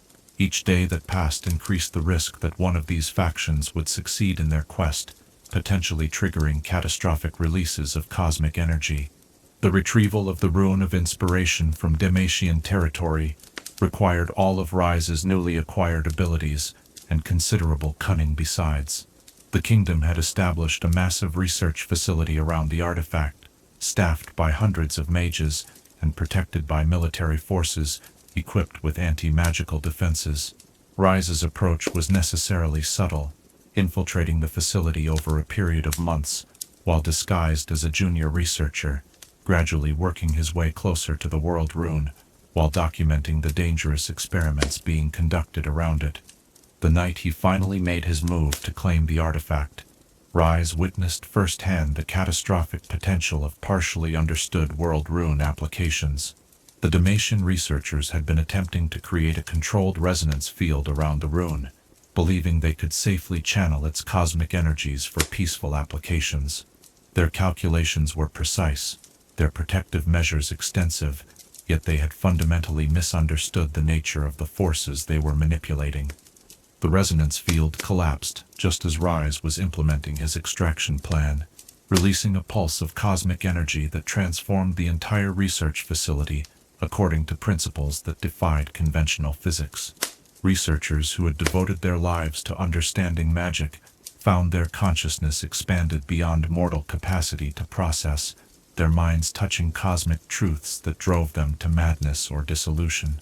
The facility's magical defenses, designed to contain normal arcane energies, proved laughably inadequate against forces that operated on cosmic scales. Ryze's success in containing the disaster and securing the world rune came at considerable personal cost. Extended direct contact with cosmic forces during the crisis acceleration his own transformation, pushing him further from his original human nature, while expanding his capabilities to handle world rune energies. He emerged from the facility fundamentally changed, his lifespan extended indefinitely, but his capacity for normal human relationships significantly diminished. The pattern established in this first retrieval would repeat countless times over the centuries that followed. Ryze would identify threats to cosmic stability, spend months or years positioning himself to address them, then act decisively to prevent catastrophe, while shouldering the personal cost of increased exposure to forces that gradually eroded his humanity. Each successful mission made him more capable of handling future challenges, but also more isolated from the world he was protecting. The search for hidden world runes proved even more challenging than securing known artifacts. Ryze developed increasingly sophisticated methods for detecting cosmic emanations, but the very power required for such detection attracted attention from entities and organizations that he preferred to avoid. His magical signature became recognizable to scholars and mystics across the continent, forcing him to operate with ever greater secrecy and subtlety. Some world runes had been lost for so long that their locations existed only in fragmentary legends and ancient texts written in languages that few still understood. Ryze became a scholar of forgotten lore, spending decades in ancient libraries and abandoned ruins, piecing together clues that might lead him to cosmic artifacts that could reshape reality if discovered by the wrong individuals. The intellectual isolation of this research was as challenging as the physical dangers of his retrieval missions. The loneliness of his quest became perhaps the most difficult aspect of Ryze's existence. His extended lifespan meant watching entire civilizations rise and fall while he continued his solitary mission. Mortals he had known in his earlier years aged and died while he remained essentially unchanged, their lifespans mere moments in the cosmic scale of his responsibility. The relationships he had valued as a young man became impossible to maintain as his perspective expanded and his nature diverged from normal human experience. The few individuals who learned of Ryze's mission and offered to assist him discovered that proximity to his quest inevitably led to corruption or destruction. The cosmic forces that surrounded him gradually affected anyone who spent extended time in his presence, either transforming them beyond recognition or destroying them entirely. Even those who approached him with pure intentions and genuine desire to help found themselves changed in ways that made continued assistance impossible. As the centuries passed, Ryze developed an encyclopedic knowledge of world rune lore that surpassed even the accumulated wisdom of ancient orders and secret societies. He could recognize the subtle signs that indicated cosmic interference in natural processes, identify the specific emanation patterns of different world rune types, and predict with considerable accuracy where hidden artifacts might be located based on historical magical disturbances and geographical anomalies. This expertise made him increasingly valuable to various factions that sought to claim world rune power for themselves, creating the ironic situation where the guardian of cosmic artifacts became one of the most hunted individuals on the continent. Organizations ranging from legitimate magical research institutions to dark cults and criminal conspiracies all sought to capture or coerce Ryze into revealing the locations of the artifacts he protected. The constant threat of pursuit forced Ryze to become master of disguise, infiltration, and misdirection. He learned to alter his appearance through controlled application of cosmic energy, to mask his magical signature through techniques that bordered on reality manipulation, and to operate through networks of unwitting agents who believed they were serving entirely different purposes. The skills required for successful guardianship gradually transformed him into something resembling a cosmic spy, always operating in shadows and never able to reveal his true nature or mission. The psychological toll of centuries spent in isolation, while bearing the weight of cosmic responsibility, manifested in ways that would have destroyed a purely mortal mind. Ryze began to experience temporal displacement, periods where his consciousness existed partially outside normal time, allowing him to perceive potential futures and past events with uncomfortable clarity. These episodes provided strategic advantages in his mission, but further isolated him from normal human experience. The most painful aspect of his expanded awareness was the ability to perceive the long-term consequences of his actions and inactions. Ryze could see how his success in preventing one catastrophe might lead to different disasters decades or centuries in the future, how his failure to act quickly enough in one situation would cascade into suffering for countless innocent beings. The weight of cosmic responsibility included not just protecting the present, but considering the implications of every choice for the entire future of civilization. Despite the personal cost, Ryze never wavered in his commitment to the mission his master had entrusted to him. Each world rune he successfully secured represented countless lives that would never know how close they had come to cosmic annihilation. Each prevented catastrophe justified the sacrifices he had made, and continued to make in service of protecting a world that could never fully understand the threats from which he shielded them. The artifacts he collected were stored in a pocket dimension he had learned to create and maintain through careful application of world rune energies.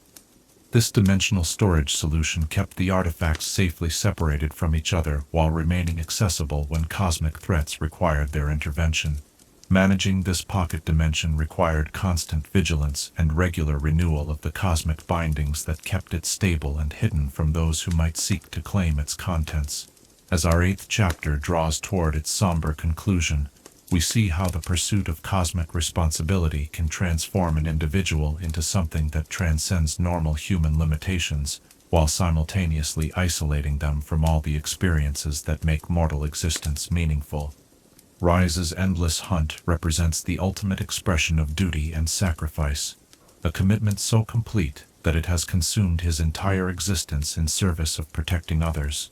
In his solitary vigil, we find both inspiration and sobering reflection on the nature of heroism and sacrifice.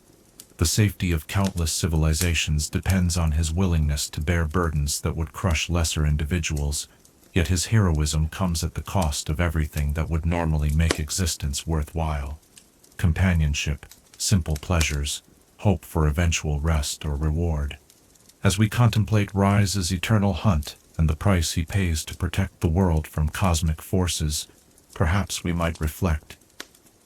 When duty calls us to sacrifice not just our comfort or safety, but our very capacity for normal human happiness, do we possess the strength to answer such a call, knowing that true heroism often requires becoming something other than what we once were, in order to preserve what others might become? Chapter 9. Modern Threats and Ancient Wisdom. In the contemporary era of Runeterra, where nations have risen from the ashes of ancient conflicts, and new forms of magical understanding challenge traditional wisdom, the eternal guardian Ryze faces threats that his centuries of experience could never have prepared him for. Tonight, as we witness the collision between ancient responsibility and modern ambition, let us explore how the timeless mission of protecting cosmic forces adapts to a world where technology and magic merge in unprecedented ways, and where the very nature of civilization itself has evolved beyond the comprehension of earlier ages. The emergence of Piltover as a center of hextech innovation represents perhaps the most significant challenge to world rune security in recent centuries. The city's brilliant inventors and researchers have developed technologies that blur the line between mechanical engineering and magical manipulation, creating devices that can detect and potentially interact with cosmic energies in ways that traditional magic could never achieve. For Ryze, this technological evolution presents both opportunity and unprecedented danger. The hextech crystals that power Piltover's most advanced inventions share certain resonance frequencies with world rune emanations, creating the theoretical possibility that sufficiently sophisticated hextech devices could be used to track or even manipulate cosmic artifacts. The city's researchers, driven by intellectual curiosity rather than malicious intent, have unknowingly developed several prototypes that could pose serious threats to world rune security if their true capabilities were recognized and exploited. Jace, the Defender of Tomorrow, represents the new breed of innovator that Ryze must carefully monitor. His transformative hextech devices demonstrate an intuitive understanding of energy manipulation that borders on cosmic awareness, yet his focus remains firmly fixed on practical applications rather than theoretical exploration of fundamental forces. This combination of capability and restraint makes him a potential ally in protecting cosmic stability, but also a significant risk if his inventions fall into the wrong hands. The relationship between Piltover and its undercity, Zaun, creates additional complications for Ryze's mission. The chaotic magical experimentation that characterizes Zaunite research follows few ethical guidelines and embraces risks that more conservative institutions would never accept. Several Zaunite chemists and inventors have developed substances and devices that could theoretically amplify or interfere with world rune energies, though they remain unaware of the cosmic significance of their work. Victor, the Machine Herald, presents a particularly complex challenge for Ryze's guardianship responsibilities. His pursuit of technological transcendence and his philosophical commitment to eliminating human limitations through mechanical enhancement echo some of the same ambitions that led ancient civilizations to seek world rune power. While Victor's current focus remains on biological and technological evolution rather than cosmic forces, his expanding understanding of fundamental principles could eventually lead him to recognize the existence and potential of world rune energies.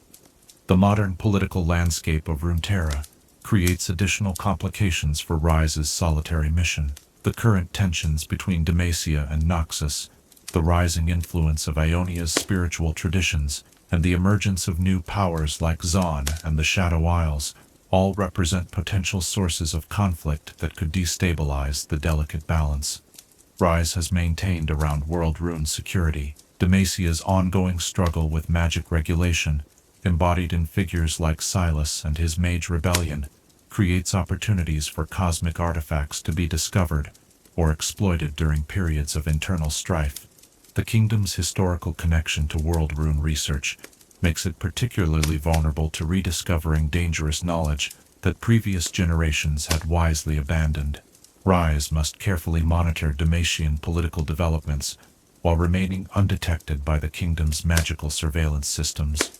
The Noxian Empire's expansion into new territories increases the risk of archaeological discoveries that could uncover hidden world runes or fragments of cosmic artifacts. Noxus's aggressive exploration policies and their willingness to exploit any source of power they discover make them a constant concern for cosmic security. The Empire's current leadership, while more sophisticated than their predecessors, still operates according to principles that prioritize strength and expansion over cosmic responsibility. Perhaps most concerning is the emergence of the Shadow Isles as an active threat to continental stability. The Black Mist and its associated entities represent a form of corruption that shares certain characteristics with world rune emanations, creating the theoretical possibility that Shadow Isles forces could interfere with or amplify cosmic energies in unpredictable ways. Ryze has observed disturbing resonances between world rune fields and areas affected by the Black Mist, suggesting connections that require careful investigation. The modern magical community's increased connectivity and information sharing, while beneficial for advancing legitimate research, also creates new risks for world rune security. Knowledge that once took decades to spread between isolated communities can now be transmitted across continents in a matter of days, increasing the speed at which dangerous information can proliferate. Ryze must adapt his information management strategies to account for these new communication networks, while avoiding detection by increasingly sophisticated surveillance methods. The rise of champion networks and their involvement in continental affairs introduces variables that Ryze's centuries of experience had not anticipated. Individual champions like Ezreal, whose archaeological expeditions frequently uncover ancient artifacts, or Twisted Fate, whose magical abilities allow him to access locations that should remain hidden, all represent potential threats to cosmic security that require careful monitoring and occasional intervention. Modern magical education systems, while more systematic and comprehensive than their historical predecessors, also create risks by training larger numbers of individuals in detection and manipulation techniques that could theoretically be applied to world rune research.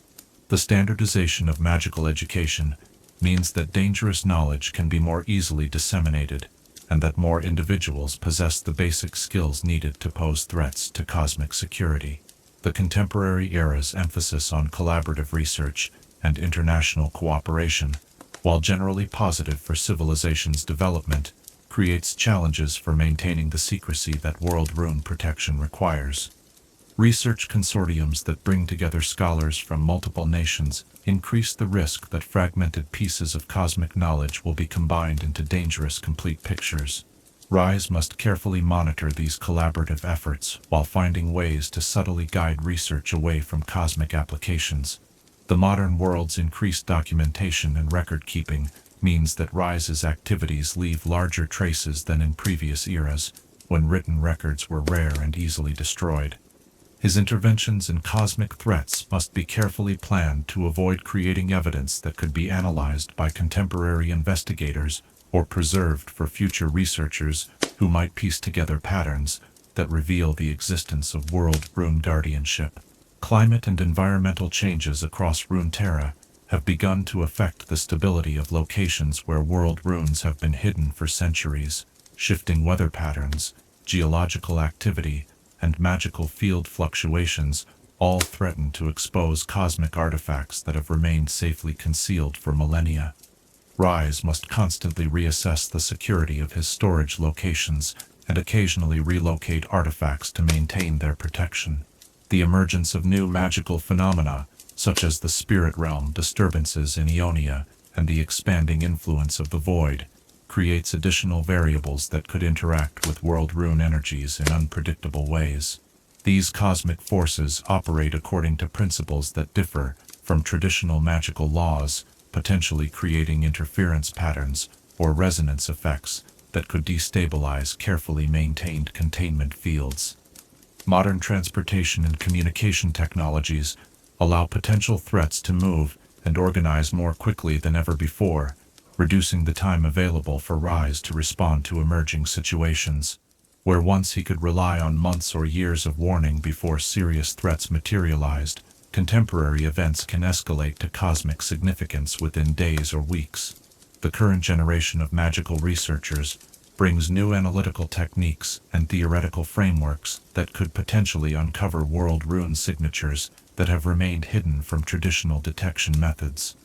Advances in magical mathematics, energy field analysis, and dimensional research all create possibilities for discovering cosmic artifacts through approaches that previous generations could never have imagined.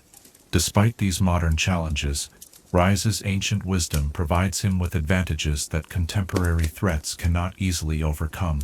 His centuries of experience have taught him to recognize patterns and predict developments that shorter-lived beings cannot perceive. His deep understanding of cosmic principles allows him to anticipate how new magical technologies might interact with world rune energies, often allowing him to prevent dangerous applications before they are attempted. The accumulated knowledge from his millennia of guardianship includes detailed understanding of how different types of societies and individuals respond to cosmic influences, allowing him to predict and prepare for threats before they fully manifest. His patient observation of historical cycles gives him perspective on contemporary events that helps him distinguish between temporary disturbances and genuine long-term threats to cosmic security. As our 9th chapter reaches its contemplative conclusion, we see how the eternal mission of protecting cosmic forces must constantly adapt to changing circumstances while maintaining core principles that transcend any particular era. Ryze's challenge in the modern age is to apply ancient wisdom to unprecedented situations, protecting timeless cosmic truths from threats that his original training could never have anticipated. In his ongoing struggle to balance intervention with restraint, action with patience, we see reflected the eternal challenge of protecting something precious from those who would misuse it, while allowing the natural growth and development that gives existence meaning and purpose. As we consider the intersection of ancient responsibility and modern ambition, perhaps we might reflect, when we are entrusted with protecting something of immense value from misuse, do we possess the wisdom to distinguish between legitimate growth and dangerous excess, and the patience to allow natural development while preventing catastrophic mistakes? Chapter 10. The Philosophy of Ultimate Power. In the quiet hours when the mind turns to the deepest questions of existence, when we contemplate the nature of power and responsibility on scales that dwarf mortal understanding, we must examine the profound philosophical implications of forces that could reshape the very foundations of reality. Tonight, as we explore the weightiest questions surrounding the world runes, let us consider whether such ultimate power should exist at all, what responsibilities come with the ability to rewrite the laws of existence, and how these cosmic forces reflect the eternal tension between potential and wisdom that defines the relationship between finite beings and infinite possibility. The question of whether ultimate power should exist in the universe at all strikes at the heart of cosmic philosophy.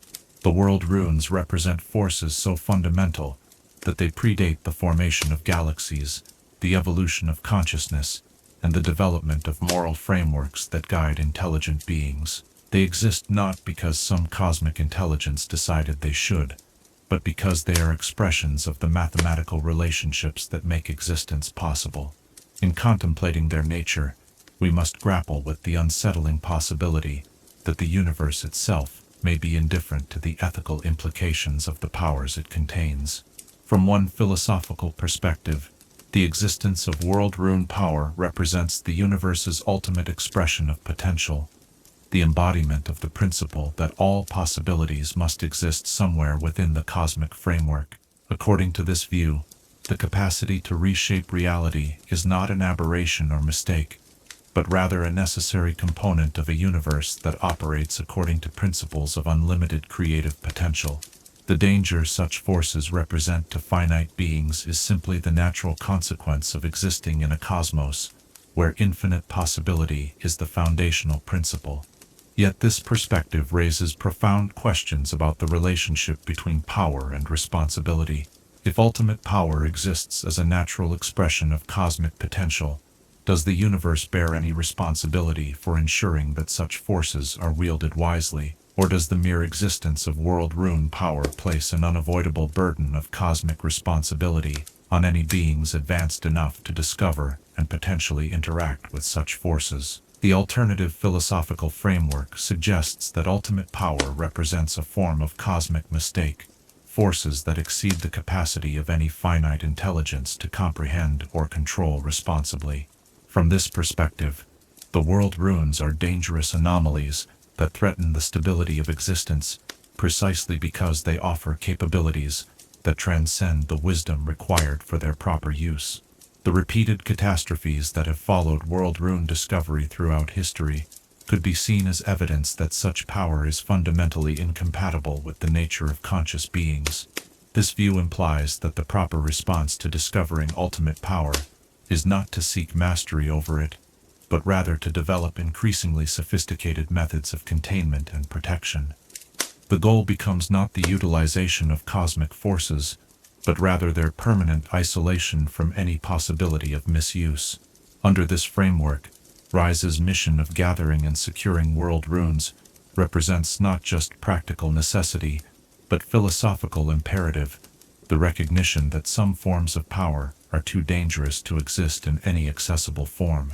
The question of responsibility becomes even more complex when we consider the temporal aspects of world rune power. These cosmic forces do not merely affect the present moment, but can influence past events and determine future outcomes in ways that challenge conventional understanding of causality and free will. This temporal dimension raises questions about whether any being, regardless of wisdom or good intentions, can be trusted with the ability to retroactively alter the course of history or predetermine the fate of countless future generations. The philosophical implications of temporal manipulation extend beyond questions of individual responsibility to challenge fundamental assumptions about the nature of existence itself. If the past can be altered and the future predetermined through the application of cosmic power, what meaning can we assign to the choices and struggles that define mortal existence? Does the potential for temporal manipulation reduce all of history to a cosmic game where the rules can be rewritten at will by those with sufficient power? Consider the moral weight of possessing the ability to prevent any historical tragedy through temporal manipulation. Would a being with access to world rune power be morally obligated to prevent every war, every natural disaster, every act of injustice that has ever occurred? Or would such intervention represent a form of cosmic tyranny that denies other beings the right to experience both the consequences of their choices and the growth that comes from overcoming challenges? The existence of world rune power also raises questions about the nature of progress and development in conscious beings. If ultimate solutions to all problems are theoretically available through the application of cosmic forces, what incentive remains for the natural evolution of wisdom, compassion, and understanding that has driven the development of civilizations throughout history? Does the availability of ultimate power ultimately stunt the growth of the very qualities that would be required to use such power responsibly? The philosophical tradition that has grown up around world rune research includes schools of thought that view these cosmic forces as tests of cosmic worthiness, challenges presented by the universe itself to determine whether emerging civilizations possess the wisdom and restraint necessary to handle ultimate responsibility. According to this perspective, the true purpose of world rune power is not to provide solutions to mortal problems, but rather to serve as measuring instruments that reveal whether intelligent beings have developed sufficient wisdom to deserve survival on cosmic scales. This testing hypothesis suggests that the repeated failures of civilizations to handle world rune power responsibly are not tragedies to be prevented, but rather necessary components of cosmic evolution.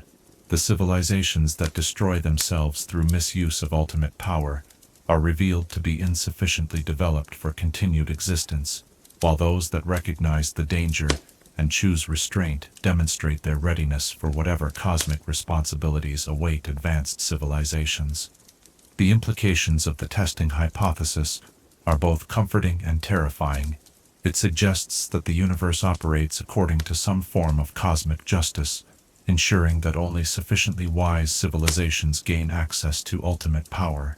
Yet, it also implies that entire worlds of intelligent beings may be sacrificed in the process of cosmic evaluation, their destruction serving as necessary data points in the universe's assessment of species worthiness. The relationship between individual and collective responsibility becomes particularly complex when considering world rune power.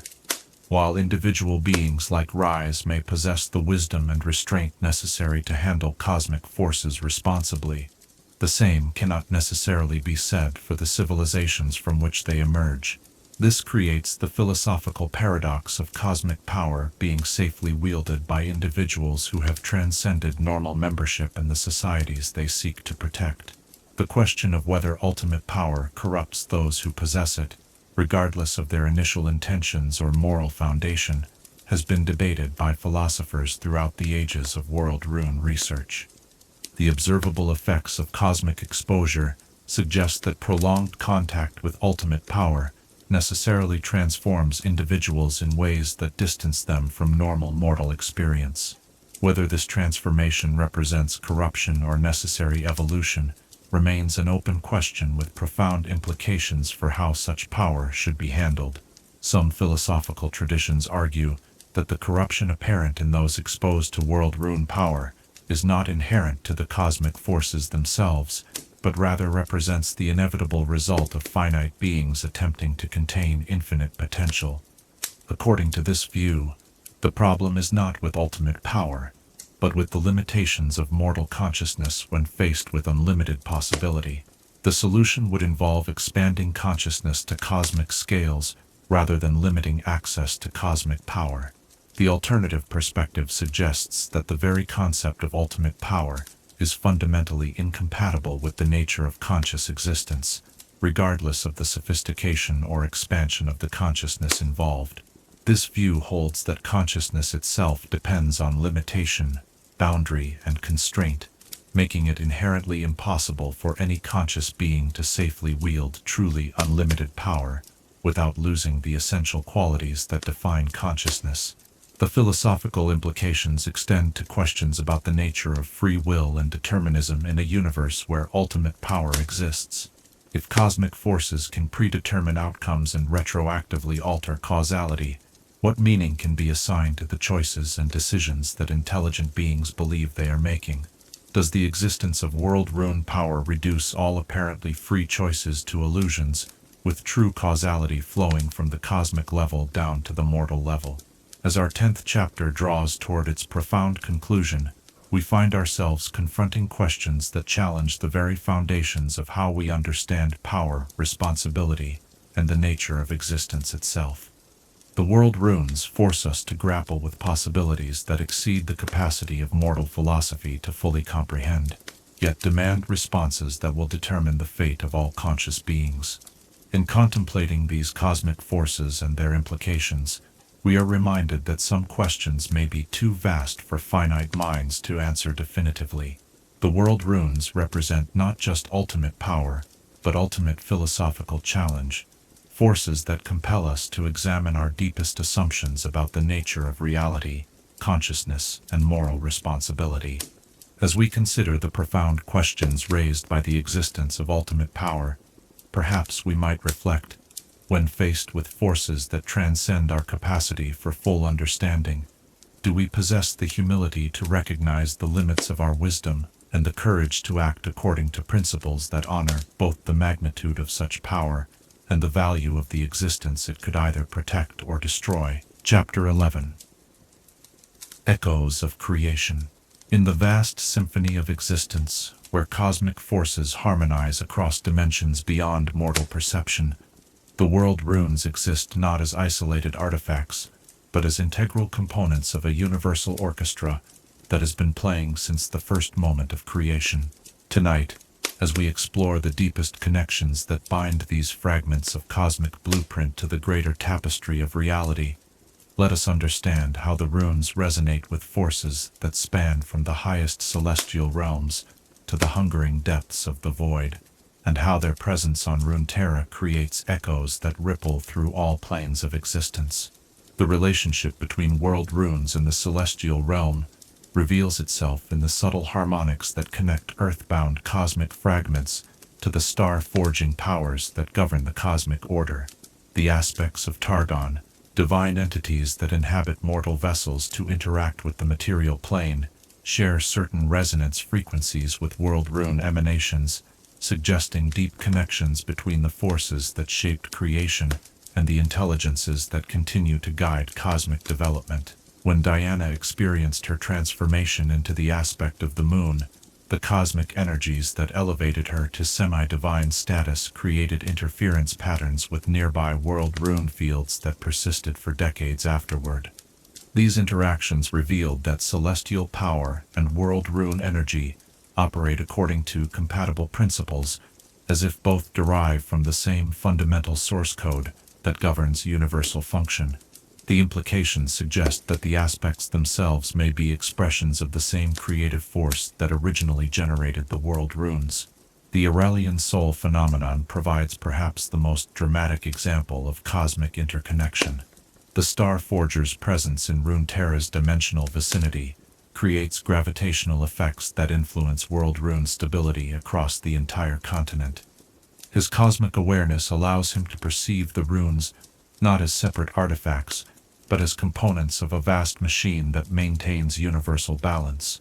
From his perspective, the mortal conflicts over world rune power represent dangerous interference with cosmic systems that operate on scales beyond planetary comprehension. The relationship between world runes and the void reveals a more troubling aspect of cosmic interconnection. The void's nature as anti-creation, its fundamental drive to unmake existence and return all things to primordial nothingness, creates natural opposition to the world rune's function as fragments of the creative blueprint. Yet this opposition is not simple antagonism, but rather represents the eternal cosmic balance between creation and entropy that maintains universal stability. Observations of void incursions near world rune locations reveal complex interaction patterns that challenge simple understanding of these forces as purely opposed. In some cases, world rune emanations seem to strengthen barriers against void intrusion, their creative energies actively reinforcing the fabric of reality against entropic dissolution. In other instances, however, the cosmic power of the runes appears to attract void attention, as if the forces of anti-creation are drawn to the most concentrated expressions of the creative principle they seek to unmake. The Watchers, ancient entities from beyond the void that once sought to claim Runeterra for dissolution, demonstrated awareness of world rune locations and capabilities that suggests deep understanding of cosmic interconnections. Their strategic planning around the rune's presence indicates that these artifacts play crucial roles in maintaining dimensional barriers that keep void forces contained. The failure of the Watchers' ancient invasion may have resulted partly from their inability to neutralize world rune defenses that they had not fully anticipated. The spirit realm's connection to world rune power manifests through the enhanced spiritual activity that occurs in areas where cosmic artifacts are present. The boundaries between material and spiritual planes become more permeable near active world runes, allowing easier communication between mortal consciousness and the spirit entities that exist in parallel dimensions. This permeability suggests that world runes serve as dimensional anchors, maintaining the complex relationships between multiple planes of existence that allow consciousness to manifest in material form. The phenomena observed during Spirit Blossom festivals in regions with hidden world rune presence indicate that these cosmic artifacts actively participate in maintaining the barriers and bridges that allow controlled interaction between dimensional planes. The festivals themselves may have originated as unconscious responses to world rune influence, cultural expressions of humanity's instinctive recognition that certain locations hold special significance for the relationship between material and spiritual existence. The demon realm's connection to world rune power reveals another layer of cosmic interconnection that influences mortal existence in subtle but significant ways. Demons, entities that form from concentrated emotional energy in the spirit realm, show enhanced manifestation capabilities in areas where world rune fields are active. The cosmic forces seem to amplify the emotional resonances that allow demons to maintain coherent existence and interact with the material plane. This amplification effect explains why regions with world rune presence often experience increased supernatural activity, including demon manifestations, spirit possessions, and other paranormal phenomena that result from enhanced dimensional permeability. The runes' function as cosmic anchors makes them focal points for entities that exist primarily in non-material dimensions, but seek to influence or inhabit material reality. The relationship between world runes and the fundamental forces that govern magic throughout Runeterra demonstrates how cosmic artifacts serve as regulatory mechanisms for the planet's entire magical ecosystem. The presence of world runes influences magical field density, energy flow patterns, and the ease with which various forms of magic can be performed across vast regions. Areas distant from world rune influence show markedly different magical characteristics, suggesting that these cosmic artifacts help maintain the enhanced magical environment that makes Runeterra unique among worlds. The geographical distribution of world runes appears to follow patterns that optimize magical field coverage across the continent, creating overlapping zones of cosmic influence that ensure stable magical conditions throughout most inhabited regions. This distribution suggests either remarkable coincidence or deliberate placement according to principles that account for optimal magical ecosystem maintenance. The elemental forces that shape Runeterra's natural environment show subtle but measurable responses to world rune presence. Weather patterns, geological activity, and biological development all demonstrate variations that correlate with proximity to cosmic artifacts. These influences suggest that world runes participate in maintaining the planetary systems that support life, acting as cosmic regulators that help stabilize environmental conditions within ranges suitable for conscious beings. The true ice of the Freljord, the living crystals of Shurima, and other unique magical materials found throughout Runeterra all show resonance frequencies that harmonize with world rune emanations. These materials may represent secondary effects of cosmic influence, substances that have been gradually transformed by long exposure to world rune fields until they acquired properties that mirror cosmic characteristics on smaller scales. The network effects observed when multiple world runes approach each other reveal the true scope of cosmic interconnection. Rather than simple additive power increases, rune proximity creates exponential amplification effects that suggest these artifacts are components of a larger system designed to function as an integrated whole. The geometric patterns that emerge during multi-rune interactions follow mathematical principles that appear throughout cosmic architecture, from galactic spiral formations to the smallest atomic structures. These network effects explain why gathering all world runes in one location could theoretically provide access to the complete cosmic blueprint from which they originated. Such reunification would essentially recreate the original creative moment, providing whoever controlled the process with the ability to rewrite the fundamental parameters that govern universal function. The implications are staggering. Complete reunification could allow conscious redefinition of physical laws, magical principles, dimensional relationships, and even the nature of consciousness itself. The temporal aspects of World Rune interconnection reveal that these cosmic artifacts exist partially outside normal space-time, maintaining connections to past and future states that allow them to influence causality across extended periods. This temporal presence explains how world runes can sometimes prevent or facilitate events that occur far from their physical locations, their influence propagating through time, as well as space according to cosmic principles that transcend normal understanding of causality. The prophetic traditions found in various cultures throughout Runeterra often contain references to cosmic cycles and universal renewal that appear to describe world rune activities. These prophecies suggest that the artifacts participate in vast cosmic rhythms that operate on timescales spanning multiple ages of civilization. The current era may represent only one phase in a cosmic cycle that will eventually see the world runes fulfill their ultimate purpose in maintaining universal balance. The connection between world runes and consciousness itself represents perhaps the most profound aspect of cosmic interconnection. The artifacts appear to respond to conscious intention and awareness in ways that suggest intelligence, or at least sophisticated responsive mechanisms built into their cosmic architecture. This responsiveness implies that consciousness may be a fundamental cosmic force, rather than merely an emergent property of complex biological systems. As our 11th chapter approaches its cosmic conclusion, we begin to understand that the world runes are not merely powerful artifacts that happen to fall to Runeterra, but are instead integral components of a universal system that maintains the conditions necessary for conscious existence throughout the cosmos.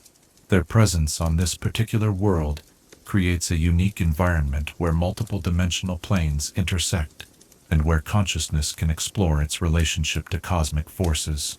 In recognizing these vast interconnections, we see that the story of the world runes is ultimately the story of how consciousness encounters and seeks to understand its place within cosmic systems that operate according to principles that dwarf mortal comprehension. The runes serve as bridges between finite awareness and infinite possibility, offering glimpses of cosmic truth while challenging conscious beings to develop the wisdom necessary to handle such revelations responsibly. As we contemplate these echoes of creation that resonate through all levels of existence, perhaps we might reflect, when we recognize our connection to cosmic forces that preceded our existence and will continue long after our passing, do we find the humility to see ourselves as temporary custodians of cosmic possibility, entrusted with the responsibility to preserve and protect forces that serve purposes far greater than our individual understanding can encompass? Chapter 12. The Guardian's Eternal Vigil. As our journey through the cosmic tapestry of the world runes draws toward its peaceful conclusion, we return to the solitary figure whose dedication has become the embodiment of cosmic responsibility itself. Tonight, in these final moments of contemplation, let us witness Ryze as he continues his eternal vigil, forever walking between worlds and ages, carrying burdens that transcend mortal understanding, while holding fast to the hope that his sacrifices serve a purpose greater than any individual existence could comprehend. In the quiet hours before dawn, when the world rests in the gentle embrace of dreams and possibility, Ryze moves through landscapes transformed by countless centuries of change, yet his mission remains as constant as the stars themselves. The young apprentice who once sought simple understanding of magical forces has become something beyond mortal classification, part guardian, part scholar, part living embodiment of the principle that some responsibilities transcend all personal desires and limitations. The weight of his accumulated knowledge would crush any mind not gradually adapted to cosmic truth over centuries of careful exposure. Within his consciousness rest the locations of 17 world runes, the complete histories of 43 civilizations that destroyed themselves through cosmic ambition. Detailed analyses of 1,247 attempts to weaponize world rune power, and prophetic understanding of 89 different scenarios through which the remaining hidden runes might be discovered and misused. This knowledge is both his greatest asset and his heaviest burden, information that could save the world, but which he can never fully share without risking the very catastrophes he works to prevent. The physical transformation that has accompanied his centuries of guardianship reflects the profound changes in his essential nature. His body, sustained by controlled exposure to cosmic energies, no longer ages according to normal biological processes. The cellular structures that once defined his humanity have been gradually replaced by configurations that can safely interface with world rune emanations without deterioration or corruption. He has become a bridge between mortal and cosmic existence, retaining enough humanity to understand what he protects while possessing enough cosmic adaptation to safely handle the forces he guards. Yet perhaps the most remarkable aspect of Ryze's transformation is what he has managed to preserve despite centuries of cosmic exposure. Deep within his evolved consciousness, he maintains a core of compassion and dedication that remains recognizably human. This preserved humanity serves as his anchor, preventing him from drifting into the cosmic indifference that has claimed other beings who have gazed too long into the heart of universal truth. It is this remaining spark of mortal empathy that motivates his continued vigilance and gives meaning to his eternal sacrifice. The loneliness of his existence has evolved into something more complex than simple isolation. Ryze has learned to find companionship in the cosmic forces themselves, developing a relationship with the world runes that transcends the traditional boundaries between consciousness and cosmic principle. He has begun to perceive the runes not merely as objects to be guarded, but as entities with their own form of awareness, cosmic intelligences that share his commitment to protecting the stability of existence. This evolving relationship has revealed new layers of understanding about the world rune's true nature and purpose. Through centuries of careful observation and gradually deepening communion with cosmic forces, Ryze has begun to perceive patterns and purposes that suggest the runes may be more than fragments of creation's blueprint. They may be active participants in an ongoing cosmic process that spans multiple universes and operates according to principles that transcend any single reality. The burden of this expanded awareness brings both comfort and additional responsibility. Understanding that his guardianship serves purposes that extend far beyond protecting Runeterra provides cosmic context that justifies his sacrifices and validates his dedication. Yet this same understanding reveals that his mission may be even more critical than he originally believed, with implications that reach across dimensional boundaries and affect the stability of multiple planes of existence. The modern era presents Ryze with challenges that test not only his accumulated wisdom, but also his ability to adapt ancient principles to unprecedented circumstances. The rapid technological advancement of civilizations like Piltover, the emerging magical sciences of contemporary researchers, and the complex political dynamics that characterize current international relations all require sophisticated responses that his original training could never have anticipated. His approach to these modern challenges reflects the deep wisdom that centuries of experience have provided. Rather than attempting to control or prevent all technological advancement, Ryze has learned to work through subtle influence and careful guidance, steering development away from cosmic applications while allowing natural progress to continue. His interventions have become so sophisticated that they often appear to be coincidences or natural developments rather than deliberate actions by a cosmic guardian. The network of unwitting allies and unconscious agents that Ryze has cultivated across the centuries represents one of his greatest achievements in adaptive guardianship. Through careful manipulation of circumstances and gentle influence on key individuals, he has created systems that help maintain world rune security without requiring direct intervention. Scholars pursue research directions that avoid cosmic applications, explorers avoid regions where hidden runes rest, and political leaders make decisions that reduce the likelihood of conflicts that could destabilize cosmic containment. This indirect approach reflects Ryze's hard-earned understanding that the most effective guardianship operates through prevention rather than reaction. By shaping the conditions that influence how civilizations develop and how individuals make choices, he has learned to address potential threats before they fully manifest, reducing the need for dramatic interventions that could expose his mission or destabilize the delicate balance he has worked to maintain. The question of succession weighs increasingly heavily on Ryze's consciousness as he contemplates the vast scope of cosmic time and the possibility that even his extended existence may eventually reach its end. The knowledge and responsibility he carries cannot be allowed to die with him, yet the process of training a successor would require finding an individual capable of making the same absolute commitment to cosmic guardianship that has defined his own existence.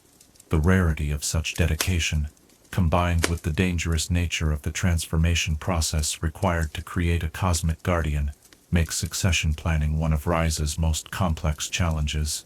He has identified several potential candidates over the centuries, individuals who display the necessary combination of wisdom, restraint, and moral dedication, but none have yet proven capable of accepting the full weight of cosmic responsibility that guardianship demands. The hope that sustains Ryze through the darkest moments of his eternal vigil is not hope for personal reward or eventual rest, but rather hope that his efforts are building toward a future where cosmic guardianship will no longer be necessary. He envisions a distant age when civilizations will have evolved sufficient wisdom to encounter world rune power without succumbing to the temptations that have destroyed their predecessors, when cosmic forces can be safely integrated into advanced societies that possess the maturity to handle ultimate responsibility. This vision of cosmic maturity drives his continued efforts to preserve not just the world runes themselves, but also the accumulated knowledge about cosmic forces that future generations will need to achieve the wisdom necessary for safe interaction with ultimate power. His mission has evolved beyond simple containment to include preparation for an eventual age of cosmic responsibility that may still be millennia in the future.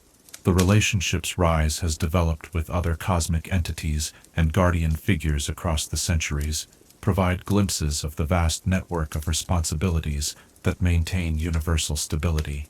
His contacts with celestial beings, his careful negotiations with entities from other dimensional planes, and his collaborative efforts with guardians of other cosmic forces all reveal that his mission is part of a larger cosmic structure dedicated to preserving the conditions necessary for conscious existence.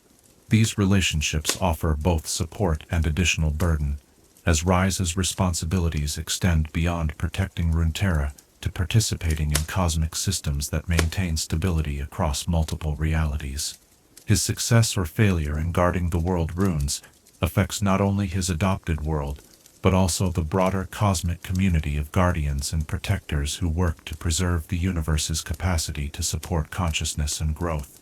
The wisdom that Ryze has accumulated through centuries of cosmic guardianship transcends simple knowledge about world rune management to encompass deep understanding of the relationship between power and responsibility, the nature of sacrifice and service, and the profound importance of preserving possibilities for future generations.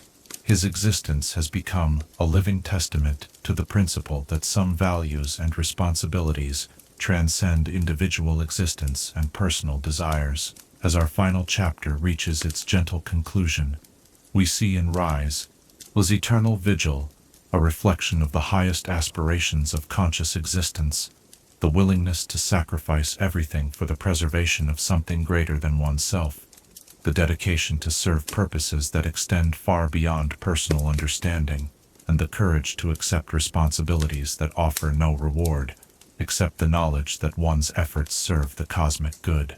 In his solitary guardianship of forces that could unmake reality itself, Ryze embodies the eternal struggle between power and wisdom, between possibility and restraint, between individual desire and cosmic responsibility. His vigil continues not because he hopes for eventual relief or reward, but because he understands that some duties are too important to abandon regardless of their personal cost. The world runes pulse quietly in their dimensional storage, their cosmic energies contained but not diminished, their potential for both creation and destruction preserved against a future that may someday be wise enough to handle their power responsibly. And through all the ages that may come, through all the civilizations that may rise and fall, Ryze will continue his watch, standing guard over fragments of creation itself, while holding fast to the hope that consciousness and wisdom will eventually prove worthy of the cosmic trust they have been given. As we close this contemplation of cosmic forces and eternal responsibility, perhaps we might reflect one final time. What price is too great to pay for the safety of all creation, and do we possess the strength to accept responsibilities that offer no earthly reward, except the knowledge that our sacrifices serve purposes greater than our own understanding can encompass?